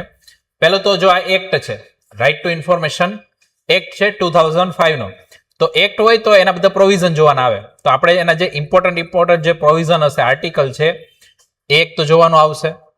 ઓકે, અગત્યની જે કલમો છે એ જોવાનું આવશે. એ પૂરું થશે એટલે એમાં આવશે કે ભાઈ આરટીઆઈ છે તો એની પ્રોસેસ શું, કઈ રીતે આખી આરટીઆઈ કરી શકાય, ક્યારે કરી શકાય, ક્યારે ન કરી શકાય, એ બધું આવશે. પછી કે આરટીઆઈમાં અપીલ ક્યારે કરી શકાય, તો એ બધી પ્રોસેસ જોવાની આવશે. ક્લિયર. પછી એને ઇમ્પ્લિમેન્ટ કરનારી જે ફાઇનલ ઓથોરિટી છે, જેમ કે સીઆઈસી ને એસઆઈસી, સેન્ટ્રલ ઇન્ફોર્મેશન કમિશન અને સ્ટેટ ઇન્ફોર્મેશન કમિશન, કેન્દ્રીય માહિતી આયોગ અને રાજ્ય માહિતી આયોગ. તો એ અને એનું આખું માળખું તમારે ભણવાનું આવશે. ક્લિયર. એ પૂરું થઈ જશે પછી હવે તમારે જે બધા પ્રેક્ટિકલ પ્રશ્નો છે એ બધા તમારે ભણવાના આવે. જેમ કે આરટીઆઈ છે તો એનું મહત્વ, અથવા આરટીઆઈ છે એની સુશાસનમાં ભૂમિકા. સીધું એમ જ કહે કે ભાઈ આરટીઆઈ ની સુશાસનમાં ભૂમિકા શું છે જણાવો. માની લો ડીવાયએસઓ કે એસટી એવા બધા પ્રશ્નો એવા હોય, અથવા ઇવન સીસી છે તો એમાં ડાયરેક્ટલી આવા બધા પ્રશ્નો તમને ડાયરેક્ટલી આવી જાય. કે તો સુશાસન કઈ રીતે લાગુ કરાવે છે, અથવા સુશાસનની મુખ્ય ચાવી છે, આવું તમને સેન્ટેન્સ આપી દે, પછી તમારે જસ્ટિફાઈ કરવાનું આવે કે કઈ રીતે આ ગુડ ગવર્નન્સની મુખ્ય ચાવી છે. ક્લિયર. કઈ રીતે સુશાસનનું જે તાળું છે આ ચાવીથી ખુલશે, તો એ બધું તમારે બતાવવાનું રહે. પછી એ સુશાસન લાવવામાં ફરીથી એ જ કે ભાઈ આરટીઆઈ લાવ્યા પછી પણ હજી કેમ સુશાસન આવ્યું નહીં, અથવા એમાં શું પડકારો છે, તો આરટીઆઈ ના પડકારો જોવા પડે. ઓકે, પછી આરટીઆઈ છે તો એમાં પડકારો છે, તો હવે ફરીથી સમાધાન માટેના પગલા શું લઈ શકાય એ તમારે જોવાનું રહે. ક્લિયર. તો આટલી વસ્તુ છે તમારે રાઇટ ટુ ઇન્ફોર્મેશન છે એમાં ભણવાની રહેશે. એના પછી આપણને આપેલું છે પબ્લિક સર્વિસ એક્ટ, જાહેર સેવા અધિનિયમ. પબ્લિક સર્વિસ એક્ટ, જાહેર સેવા અધિનિયમ. આમાંનું આખું નામ જોવા જઈએ તો એ છે ગુજરાત રાજ્ય જાહેર સેવા અંગે નાગરિકોનો અધિકાર અધિનિયમ 2013. એટલે કે ભાઈ ગુજરાત સ્ટેટ છે, ઓકે, તો એમાં જે જાહેર સેવાઓ છે, પબ્લિક સર્વિસીસ છે, ઓકે, તો એમાં નાગરિકોનો અધિકાર, રાઇટ્સ ફોર સિટીઝન, એના માટેનો અધિનિયમ.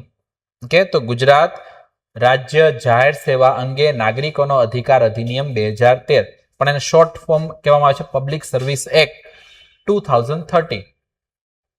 હવે આ ધ્યાન રાખજો, આ જે એક્ટ છે એ માત્ર ને માત્ર છે એ ગુજરાત પૂરતો જ છે. આરટીઆઈ છે તો આખા ભારતમાં છે, પણ જ્યાં પબ્લિક સર્વિસ એક્ટ છે માત્ર ક્યાં છે? ગુજરાત.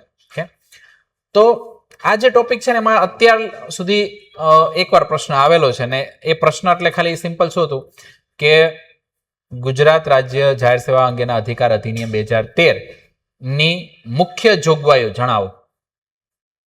ઓકે, અથવા એની અગત્યની જોગવાઈ અથવા જે સ્પેશિયલ અથવા સ્પેસિફિક પ્રોવિઝન છે એ જણાવો. એટલે આ જ્યારે એક્ટ આપણે ભણતા હશું તો એમાં આ એક્ટ એનું જે આખું માળખું છે, એનું આખું જે સ્ટ્રક્ચર છે એ આપણે જોશું, અને એની અંદર આપણે જેને જે સ્પેશિયલ બધા અલગ અલગ પ્રોવિઝન છે એ બધામાં જોશું. આમાં પછી બહુ મર્યાદાઓ, તકો, પડકારો, શું કરવું જોઈએ એ કોઈ બધી બાબતો આમાં આવશે નહીં. એટલે આમાં એક્ટમાં જે મેઇન એના પ્રોવિઝન છે એ તમારે જોવાના રહેવાના છે. ક્લિયર? તો સુશાસન, ઈ શાસન, સિટીઝન ચાર્ટર, આરટીઆઈ, જાહેર સેવા અધિનિયમ, એના પછી એક ટોપિક છે એ છે સોશિયલ ઓડિટ.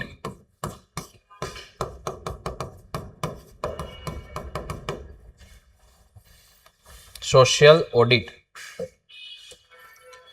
શુદ્ધ જે આને ગુજરાતી કરવું તો કહેવાય સામાજિક અન્વેષણ. ઓકે, જે સિલેબસમાં એમને શબ્દ વાપરો છે, શું વાપરો છે? સામાજિક અન્વેષણ અને તેનું મહત્વ. Social audit and its importance.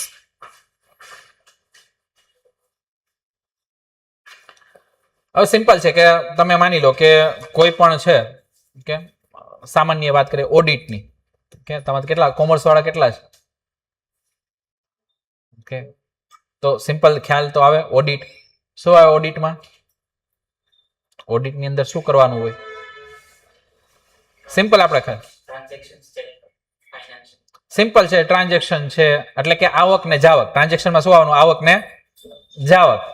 Okay, આવક જાવક છે તમારે ચેક કરવાની, બેલેન્સ શીટ છે એમાં ડાબા બરાબર જબા થયું કે કેમ, આવક હતી એ પ્રમાણે જાવક બધા છે એમાં બતાવેલું છે કે કેમ. હવે આવક કરોડ રૂપિયા છે, જાવક 90 લાખ છે, તો 10 લાખ છે એ બેલેન્સ શીટમાંથી ગયા ક્યાં એ પણ તમારે ચેક કરવાનો આવે. સેમ. ઓકે, તો ત્યાં તમે શું કરો? તપાસ કરો કે ભાઈ જે પણ ફાઇનાન્શિયલ બધા ટ્રાન્ઝેક્શન થયા છે એ યોગ્ય રીતે બધું થયું છે કે કેમ. ક્લિયર? હવે અહીંયા શું છે? અહીંયા છે સોશિયલ ઓડિટ. તો સોશિયલ ઓડિટ છે એનો હેતુ શું હોય? એનો હેતુ એ છે કે સરકાર અલગ અલગ જે યોજનાઓ છે એ લાગુ કરાવે છે. જેમ કે મનરેગા છે, મનરેગાનું સોશિયલ ઓડિટ થાય છે. હવે મનરેગાનું આપણે નામ બદલાવી નાખ્યું. શું કરી નાખ્યું? વીબીજી રામજી. ઓકે, તો જે આ વીબીજી રામજી છે, ઓકે, તો એમાં જે સોશિયલ ઓડિટનો જે આપણે નોર્મ્સ છે તો એ શા માટે છે કે તમે પર્ટિક્યુલર આ યોજના છે લાગુ કરાવી છે તો એ યોજનાથી ત્યાંના જે લોકો છે અથવા એના જે સ્ટેક હોલ્ડર છે જેને આનો લાભ લીધો, ઓકે, તો એમને પેલા યોગ્ય ફાયદો થયો કે કેમ, અથવા આ યોજના સરખી રીતે લાગુ થઈ છે કે કેમ, એનું ઓડિટ કરવામાં આવે.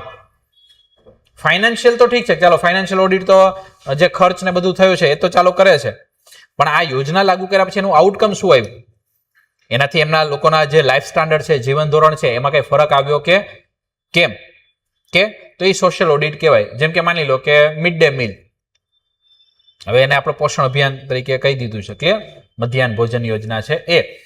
તો માની લો કે મિડ ડે મીલ છે એ સ્કીમ લાગુ કરી પર્ટિક્યુલર જિલ્લા છે એમાં, તો એનાથી પછી શું ફાયદો થયો ત્યાંના જે લોકો છે એમાં, બાળકો છે એમાં, કે ભાઈ ડ્રોપ આઉટ રેશિયો ઘટ્યો કે કેમ, કે પછી જે વંચિત વર્ગોના જે બાળકો હતા એ હવે વધારે એમાં એનરોલ થયા કે કેમ, એટલે એનરોલમેન્ટ રેશિયો વધ્યો કે કેમ, કે પછી ત્યાંના જે બાળકો છે એમના સામાજિક ઉત્થાન થયું છે કે કેમ, તો હવે ઘણા બધા પેરામીટર્સ એમાં આવે, સામાજિક સમરસતા છે એ આવી છે કે કેમ. તો આ બધું જ્યારે છે એ ત્યાં તપાસ કરવામાં આવે, એનું ઓડિટ કરવામાં આવે તો એને કહેવાય સોશિયલ ઓડિટ. ઓકે, તો સોશિયલ ઓડિટનું મુખ્ય કામ શું છે કે અલગ અલગ યોજનાઓ છે એના આઉટકમ તપાસવા. ક્લિયર? તો હવે આપણે શું ભણવાનું આવશે, તો આપણે સોશિયલ ઓડિટ છે તો એમાં એ જ પહેલા તો સોશિયલ ઓડિટ શું છે, એના સિદ્ધાંતો શું છે, ધ્યેયો શું છે એ, પછી કે સોશિયલ ઓડિટનું મહત્વ શું છે, importance of the social audit. પછી કે સોશિયલ ઓડિટની સામે પડકારો શું છે, ચેલેન્જીસ શું છે, મુશ્કેલીઓ શું આવે છે સોશિયલ ઓડિટ આપણે કરીએ છીએ એમાં, અને પછી સમાધાન માટેના પગલાં. ક્લિયર? તો આટલી વસ્તુ છે આપણે અહીંયા ભણવાની છે. તો ચોથો ટોપિક આપણે જે જોયો એની અંદર સુશાસન ને ઈ શાસન, એમાં સુશાસનની બધી આપણે વાત કરી. પછી ઈ શાસન આવ્યું, સિટીઝન ચાર્ટર આવ્યું, આરટીઆઈ આવ્યું, જાહેર સેવા અધિનિયમની આપણે વાત કરી, અને એના પછી સોશિયલ ઓડિટ છે એની આપણે ચર્ચા કરી કે ભાઈ આવું આવું આમાં આવશે. હવે જો આ જે 4 ટોપિક છે શરૂઆતના, ઓકે, એ છે શાસનના, જે આપણે લખ્યું છે ને શાસન અને સામાજિક ન્યાય. તો પેલા 4 ટોપિક છે એ ગવર્નન્સના છે. ઓકે, હવે હજી બીજા 2 ટોપિક છે. એ 2 ટોપિક છે એ છે સામાજિક ન્યાયના, જે આપણે લખ્યું છે ને સોશિયલ જસ્ટિસ. અને આ જે 2 ટોપિક છે એ નવા ઉમેરેલા છે, એ અત્યાર લગી સિલેબસમાં નહોતા. ઓકે, એટલે આમ અલગથી આપણે આપ્યા નતા. બાકી આપણે આમ ઇકોનોમી બીજે ક્યાંક ને ક્યાંક તો ભણી જ લેતા હતા, પણ હવે આની અંદર અલગથી આપણે આપી દીધું. શા માટે આપ્યું? કારણ કે યુપીએસસીમાં છે એટલા માટે. યુપીએસસીમાં તમે સિલેબસ જોશો ને એનો પેપર 2 નો, તો એમાં તમને સેમ વસ્તુ આ જોવા મળશે. તો પછી આ લોકોએ શું કર્યું કે ભાઈ ચાલો યુપીએસસીમાં છે તો જીપીએસસીમાં બેઠે બેઠું આ સિલેબસ આપણે રાખી દઈએ. એટલે એટલા માટે જ આ બધી વસ્તુ એમને અલગથી રાખેલી છે. ક્લિયર? તો આપણે 5મા ટોપિક પર આવીએ. પણ એ 5મો ટોપિક હવે સામાજિક ન્યાય છે એના માટેનો છે. ક્લિયર? તો 5મો ટોપિક છે એ છે વિકાસ અને સામાજિક ક્ષેત્ર વ્યવસ્થાપન, development and social sector management. Development and social sector management.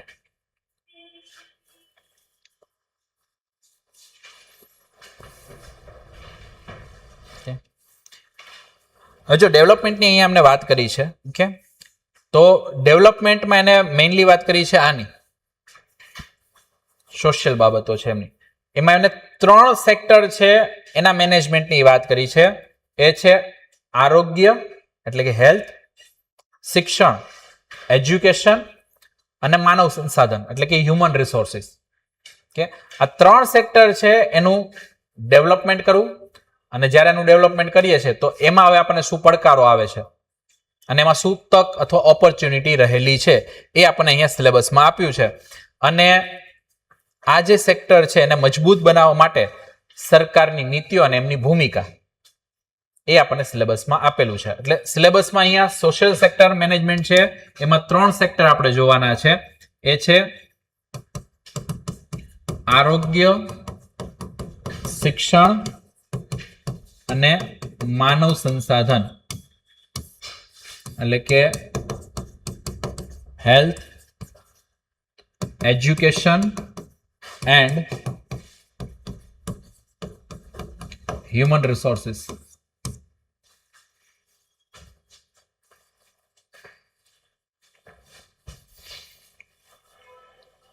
Okay, આમાં આપણે શું જોવાનું છે તો પડકારો એટલે કે ચેલેન્જીસ. ઓકે, કે ભાઈ આ બધું માની લ્યો કે હેલ્થ સેક્ટર છે તો હેલ્થ સેક્ટર છે એના ચેલેન્જીસ શું છે, એજ્યુકેશન સેક્ટર છે તો એના XYZ કે ABCD થી લઈને કેટલા બધા એના ચેલેન્જીસ આપણને જોવા મળે છે. ક્લિયર? ચેલેન્જીસ જોઈ લીધા પછી હવે આવશે કે ભાઈ સરકારની નીતિઓ, કે ભાઈ હવે આ જે પડકારો છે કે બધું છે તેને ઓવરકમ કરવા માટે આપણે શું પોલિસી લાવ્યા.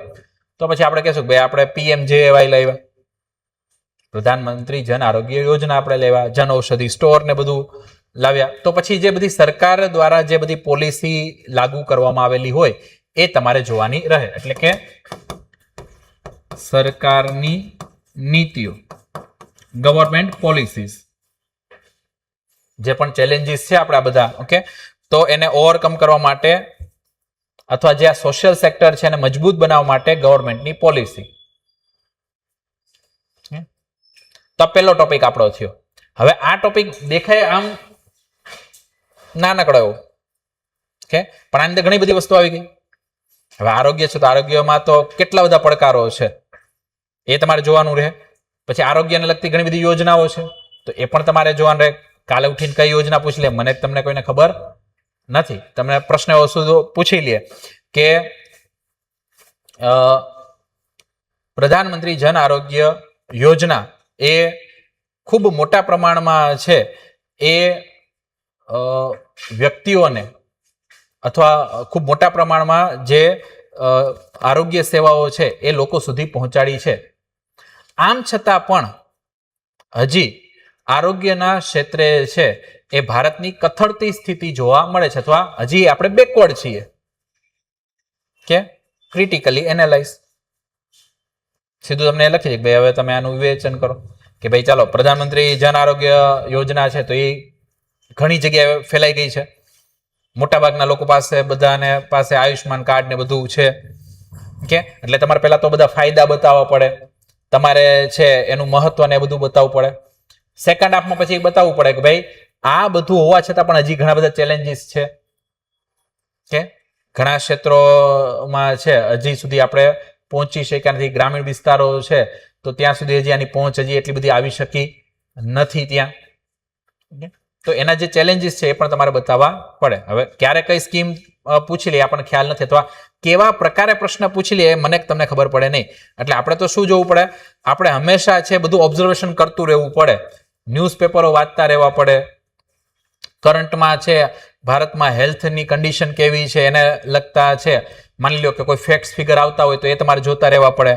કોઈ છે રિપોર્ટ આવે હેલ્થ રિલેટેડ કે તો એ તમારે ક્યાંક ને ક્યાંક થોડુંક એના ફેક્ટ્સ ફિગર તમારે રાખવા પડે. એ ફેક્ટ્સ ફિગર સાથે જો તમે આન્સર લખો કે આટલી છે ગામડામાં પહોંચ છે, આટલી શહેરોમાં પહોંચ છે, આટલા પર્સન્ટેજ ને આ બધું, એ બધું લખશો તો તમને માર્ક્સ મળશે. આમાં ખાલી વાર્તાઓ કરી દેવાથી છે બધી આમાં માર્ક્સ ના મળે. એ કેવા મળે, 10 માર્ક હોય તો એમાંથી 2-3 માર્ક્સ મળે. પણ જે આપણે એક્સપેક્ટેશન રાખતા હોય કે ભાઈ મને 5, 6, 7 એવા માર્ક્સ મળે મારા આન્સરના, તો પછી તમારે બધું શું રાખવું પડે, તમારે બધું analysis with facts and figure સાથે તમારે બતાવવું પડે. ક્લિયર? એટલે આમાં સમજવાનું તો છે પણ સાથે સાથે તમારે થોડાક ડેટા ને બધા જે ઇકોનોમિકલી જે બધી બાબતો છે એ પણ તમને ધ્યાનમાં રાખવી પડે. આ મુદ્દો પેલા ખ્યાલ આવ્યો શું છે આમાં કરવાનું છે એ? ક્લિયર?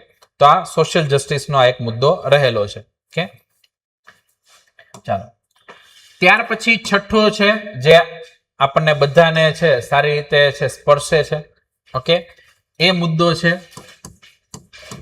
ગરીબી. અને ઘણાને આ પણ સરખી રીતે સ્પર્શતો હશે. ભૂખમરો, કોઈ વાર ટિફિન સરખું ન આવ્યું તો પછી આ પણ આવી શકે ત્યારે. ક્લિયર? આ થાય આ બધું ઘણી વાર બહાર રહેતા હોય ત્યારે સિચ્યુએશન ગરીબી અને ભૂખમરાની. તો પોવર્ટી એન્ડ હંગર, આ ટોપિક કયો છે? પોવર્ટી ને હંગર. ઓકે, ઘણા કહેતા કે આમાં કઈ સર તમે ભણાવવામાં, આ તો અમારા હૃદયને સ્પર્શતી બાબતો છે. ઓકે, આમાં તમે કેટલો મેં લખી નાખી જ્યારે જઈ ત્યારે. ઓકે, જે વસ્તુ અમે તમે ગ્રાઉન્ડ રિયાલિટી આખું લખી દેશું શું છે આમાં પોવર્ટી ને હંગર છે એમાં. પણ આપણે હવે જે પ્રશ્નો પૂછે એ પ્રકારે લખવાનું છે, આપણી જે પોતાની ભાવનાઓ છે બધું લખવાનું નથી. ક્લિયર? તો અહીંયા મેઇનલી જે પોવર્ટી ને હંગર છે એમાં એને આપેલું છે ગરીબી, અસમાનતા અને તેની વિકાસલક્ષી અસરો. Okay, poverty, inequality and there development અથવા ડેવલપમેન્ટલ અફેક્ટ.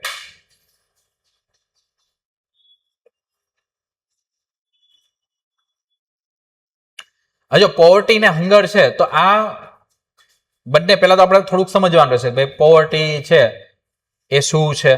કે ફરીથી એમાં આપણે મનની ભાવનાઓ નથી લખવાની પોવર્ટીમાં. ઓકે, પણ એમાં જે વૈશ્વિક સ્તરે છે પોવર્ટીના જે અલગ અલગ છે ફેક્ટર્સ છે અથવા અલગ અલગ એના જે આયામો છે એ બધા જોવા પડે. એમાં એક પાછું આવશે મલ્ટી ડાયમેન્શનલ પોવર્ટી, MPI છે એ. પછી તમારે છે રાષ્ટ્રીય લેવલે અલગ અલગ સમિતિઓ આપણે બેસાડી લીધી પોવર્ટી માટેની, એની ગણતરી કરવા માટેની. લાકડાવાલા સમિતિ છે, રંગરાજન સમિતિ છે, કે તો આ બધા અલગ અલગ છે. સુરેશ તેંડુલકર છે એની સમિતિ છે. તો બધા ક્યાંક ને ક્યાંક શું કરેલું છે, પોવર્ટી છે એના ડાયમેન્શન આપેલા છે. તો એ થોડીક સમિતિઓ તમારે જોવાની રહે. બીજું અસમાનતા, ઇનઇક્વાલિટી. તો ઇનઇક્વાલિટી શું છે એ તમારે બતાવવું પડે છે. ઇનઇક્વાલિટીના કન્સિક્વન્સીસ શું આપણી સામે થઈ રહ્યા છે, એની શું અસરો આપણને અત્યારે દેખાઈ રહી છે.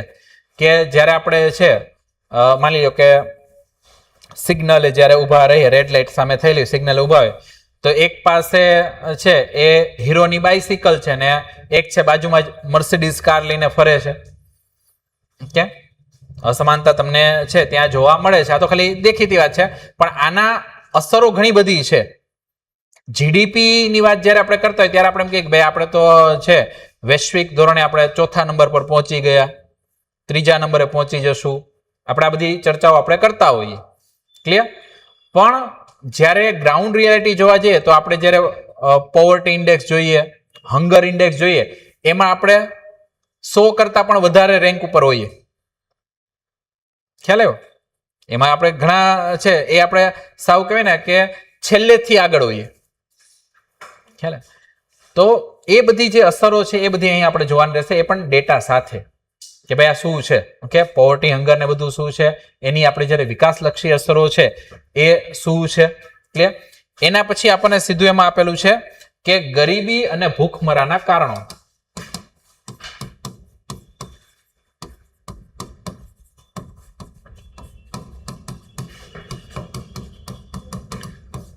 Okay, causes of poverty and hunger, પરિણામો,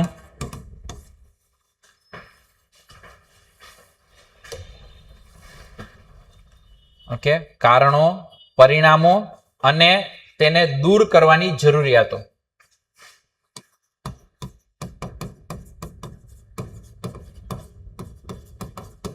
Why is essential? અને શા માટે દૂર કરવું પડે?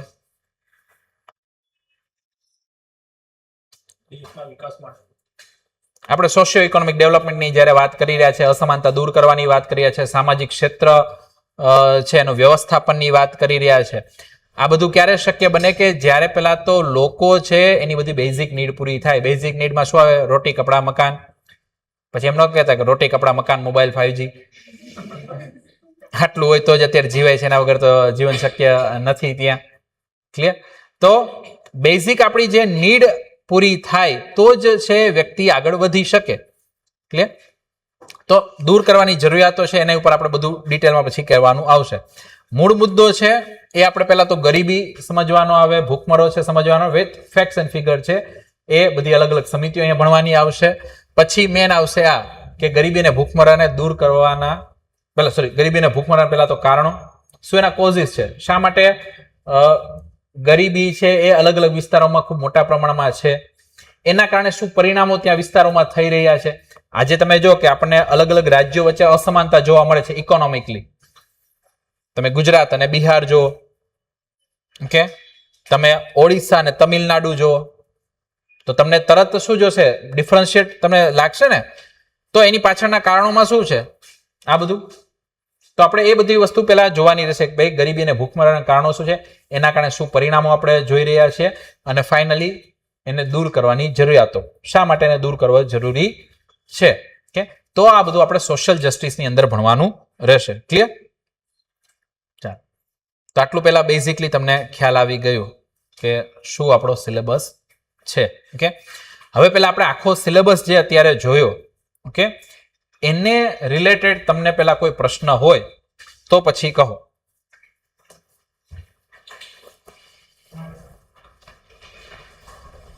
ઓકે, જરૂરિયાતો અને સ્ટ્રેટેજી પણ લખી નાખજો, રણનીતિઓ, અને દૂર કરવા માટેની આપણી શું રણનીતિઓ છે, સ્ટ્રેટેજી શું છે. તો પછી આપણે સ્ટ્રેટેજીમાં આપણે બધી અલગ અલગ પોલિસી ઘણી બધી લાવ્યા છીએ. ઓકે, આ જેટલી પણ પોલિસી છે ને એ પછી તમે એમાં લખી શકો. જેમ કે આપણે ઇન્ડસ્ટ્રીયલ પોલિસી લાવ્યા તો એનો એક મુદ્દો એ જ હોય કે ગરીબી આપણે દૂર કરવી છે. પછી આપણે માની લો કે આજે છે ડાયરેક્ટ બેનિફિટ ટ્રાન્સફર ડીબીટી આપણે કરીએ છીએ તો એનો એક એમ આ જ છે ગરીબી ભૂખમરો દૂર કરવો. આપણે છે પ્રધાનમંત્રી જન આરોગ્ય યોજના લાવ્યો PMJY તો એનો એક હેતુ આ જ છે. તો રણનીતિઓની વાત આવે તો રણનીતિઓમાં આપણે પછી મલ્ટી ડાયમેન્શનલ સ્ટ્રેટેજી બધી બતાવવાની કે એજ્યુકેશનમાં આપણે શું સ્ટ્રેટેજી અપનાવી આ બધું દૂર કરવા, હેલ્થમાં આપણે શું સ્ટ્રેટેજી અપનાવી, રોજગારીમાં આપણે શું સ્ટ્રેટેજી અપનાવી, એ બધું ત્યાં તમારે જોવાનું રહેશે. ક્લિયર છે? તો પહેલી વસ્તુ કે આખો જે સિલેબસ આપણે જોયો એમાં કોઈ પણ મુદ્દામાં તમને પહેલા કંઈ પણ પ્રશ્ન હોય તો પહેલા જોઈ લો. કોઈ મુદ્દો ના સમજાયો હોય, કારણ કે જ્યાં લગી આ મગજમાં નહીં બેસે ત્યાં લગી પછીનો કોઈ આપણે ગમે એ વાર્તા કરશું ઓકે એ કોઈ કામનું નથી. પહેલા સિલેબસ સમજવો જરૂરી છે. અને ઘરે જઈને તમારે મેં તમને જે પહેલા કામ કહ્યું છે મુખ્ય પરીક્ષાનો સિલેબસ તમારે જોઈ લેવાનો છે. અને જે લોકો પ્રિલિમ્સની તૈયારી કરી રહ્યા છે તો એમની પ્રિલિમ્સ છે એનો સિલેબસ આખો વ્યવસ્થિત જોઈ લેવાનો છે. કુલ મળીને કોઈ મુદ્દા કે કોઈ પણ છે ટોપિક છે આપણા માટે એવું ન લાગ્યું છે કે ભાઈ આ શું છે, એ આપણને બધા વિશે ખબર હોવી જોઈએ. પછી જ ભણવાનું ચાલુ કરવાનું. કે અને બીજું કામ શું કરશો? બીજું કામ છે 2025 જે પેપર છે એ, એટલે કે લાસ્ટલી જે છેલ્લી આપણી એક્ઝામિનેશન લેવાય એનું પેપર કે એ તમારે કરવાનું રહે. ભલે એમાંથી કાંઈ ખબર ન પડે તો કોઈ વાંધો નહીં, એનો કોઈ પેલો પ્રશ્ન નથી, પણ તમે સિલેબસ જોયો છે એ મુદ્દા જોયો તો કાંઈક તો મગજમાં બેસે કે ભાઈ આવું કંઈક પૂછાય છે, તો પછી આપણું માઇન્ડ એ પ્રકારે કામ કરવાનું શરૂ કરશે કે ચાલો આવા પ્રકારના પ્રશ્ન પૂછે છે, મારે આવી પ્રકારની તૈયારી કરવાની છે અથવા મારે આવા મુદ્દા જોવાના રહેશે. ક્લિયર? ડન છે. તો આપણે છે હવે કઈ રીતે આખી વસ્તુ કરશું તો આપણે છે સ્ટાર્ટિંગમાં છે જ્યારે આપણે ચર્ચા કરીશું. આજે તો જે મુદ્દો હવે નવો ટોપિક આપણે કોઈ તૈયાર પહેલા નથી કરવાના. આજે તો ખાલી છે એ સિલેબસ જ સમજાવો તો વિષય આખો નવો છે એટલે બધું પેલા મગજમાં છે બેસાડવું પડે ભાઈ આવું ભણવાનું આવે. કેમાં? આજે જાહેર વહીવટ છે એમાં. પણ હવે આ સબ્જેક્ટને આપણે જાહેર વહીવટ આમાં નથી કહેતા ક્લાસ 1-2માં, એમાં તો ગવર્નન્સ એન્ડ સોશિયલ જસ્ટિસ આનું નામ કરી નાખ્યું છે. STI DYS ને બધું આપતા હોય, CC આપતા હોય, એમાં જે જાહેર વહીવટ નામ છે. ક્લિયર? અને સિલેબસ એ તમે જોઈ લીધો કે ભાઈ હવે સિલેબસમાં જાહેર વહીવટ જેવી બાબતો કાઢી નાખી છે. એના જે થિયોરેટિકલ બાબતો છે એ કોઈ રાખી નથી, એ બધું હટાવી દેવામાં આવ્યું છે. આપણે જે બધું પ્રેક્ટિકલ જે શાસનની બાબતો છે, ગવર્નન્સની બાબતો છે, એ જ અહીંયા શું કરવાની છે? આપણે ભણવાની છે. ઓકે, તો વિષયની તૈયારીમાં ખાસ શું આપણે ધ્યાનમાં રાખશું કે પ્રોપર નોટ્સ વ્યવસ્થિત બનાવજો, કારણ કે આ તમને ક્યાંય છે એ કોઈ બુકમાં બધું ભેગું તમને નહીં મળે. પહેલી વસ્તુ. બીજું, આમાં મગજ ખુલ્લું રાખવું પડશે. તમારે પોતે વિચારવાનું રહેશે કે ભાઈ ભ્રષ્ટાચાર, ચાલો આપણે કહીએ ભાઈ ભ્રષ્ટાચાર, તો ભ્રષ્ટાચાર થાય છે તો આપણને મગજમાં છે આપણને કારણો પોતાને જ ખબર પડવી જોઈએ કે ભાઈ ભ્રષ્ટાચાર શાને કારણે થાય છે. તો પછી આપણું બધું ઓબ્ઝર્વેશન હોવું જોઈએ કે ભાઈ ક્યાંક ને ક્યાંક કાયદા નબળા છે, ઓકે, લેક ઓફ રૂલ છે અથવા લેક ઓફ લો છે, અથવા કાયદા છે તો એનું ઇમ્પ્લિમેન્ટેશન સરખી રીતે નથી થતું. ઓકે, તો એ બધું આપણા મગજમાં સીધું ચાલવું જોઈએ. આ બધી સાયકલ મગજમાં ફરવી જોઈએ અને એ જ પ્રેક્ટિસ મેઇન્સમાં કરવાની છે.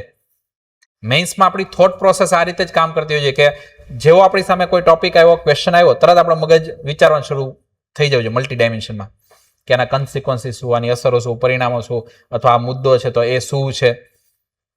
ક્લિયર? ડન. તો પહેલા આપણે એ કરશું, નોટ્સ સારી રીતે બનાવવાની છે. ત્રીજી વસ્તુ, જેમ બને એમ આના રિલેટેડ જે કરંટ હોય એ જોતું રહેવાનું. જેમ કે મેં તમને વાત કરી ભાઈ પોલિસી, કે જેમ હમણાં જ પોલિસી આવી, મેં વાત કરી ભાઈ ગુજરાતની ઇન્ડસ્ટ્રીયલ પોલિસી 2026. હમણાં જ છે થોડાક દિવસ પહેલા સરકારે પાછી પોલિસી એક બહાર પાડી, ડેટા સેન્ટર પોલિસી. ખ્યાલ છે? ઓકે, ગુજરાત સરકારે પોતાની ડેટા સેન્ટર પોલિસી છે એ બહાર પાડી કે આપણે અત્યારે જે વૈશ્વિક જે ડેટા સેન્ટરની માંગ છે, ઓકે, તો એ આપણે પૂરી કરવી છે. એટલે આપણે એગ્રેસિવલી છે ડેટા સેન્ટર પોલિસી ગુજરાતે બનાવી. એવી જ રીતે હમણાં થોડાક જે આપણી ઈવી પોલિસી છે, ઇલેક્ટ્રિકલ વ્હીકલ છે, એના માટે એમાં થોડાક રિફોર્મ્સ ને બધું આપણે લાવ્યા. તો જ્યારે તમે કંઈક ન્યૂઝપેપર કે આ બધું વાંચતા હોય તો એમાં આવી બધી વસ્તુ પર વધારે ફોકસ કરવું.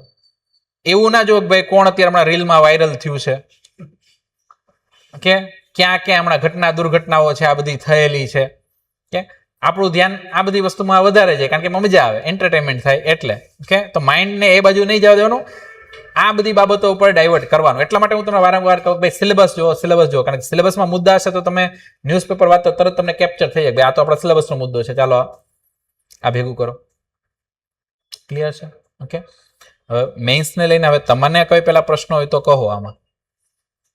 હવે તો જ્યારે આપણો નેક્સ્ટ લેક્ચર આવશે એમાં આપણે સીધું આ ચાલુ જ કરાવી દેશું. ક્લિયર? કાલનો જે ટાઈમિંગ છે એ હમણાં અપડેટ કરી દેશે તમને.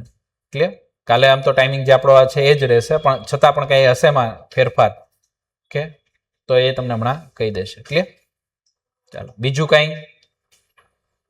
એટલે આપણે નવો ટોપિક અત્યારે શરૂ નથી કરતા ઓકે, કારણ કે શરૂ કરો 10-15 મિનિટ બાદ બધું પાછું સમય પૂરો થઈ ઓલરેડી ટાઈમ થઈ ગયો છે. ક્લિયર? તો કાલે આપણે મળીએ. ક્લિયર છે? ચાલો થેન્ક યુ.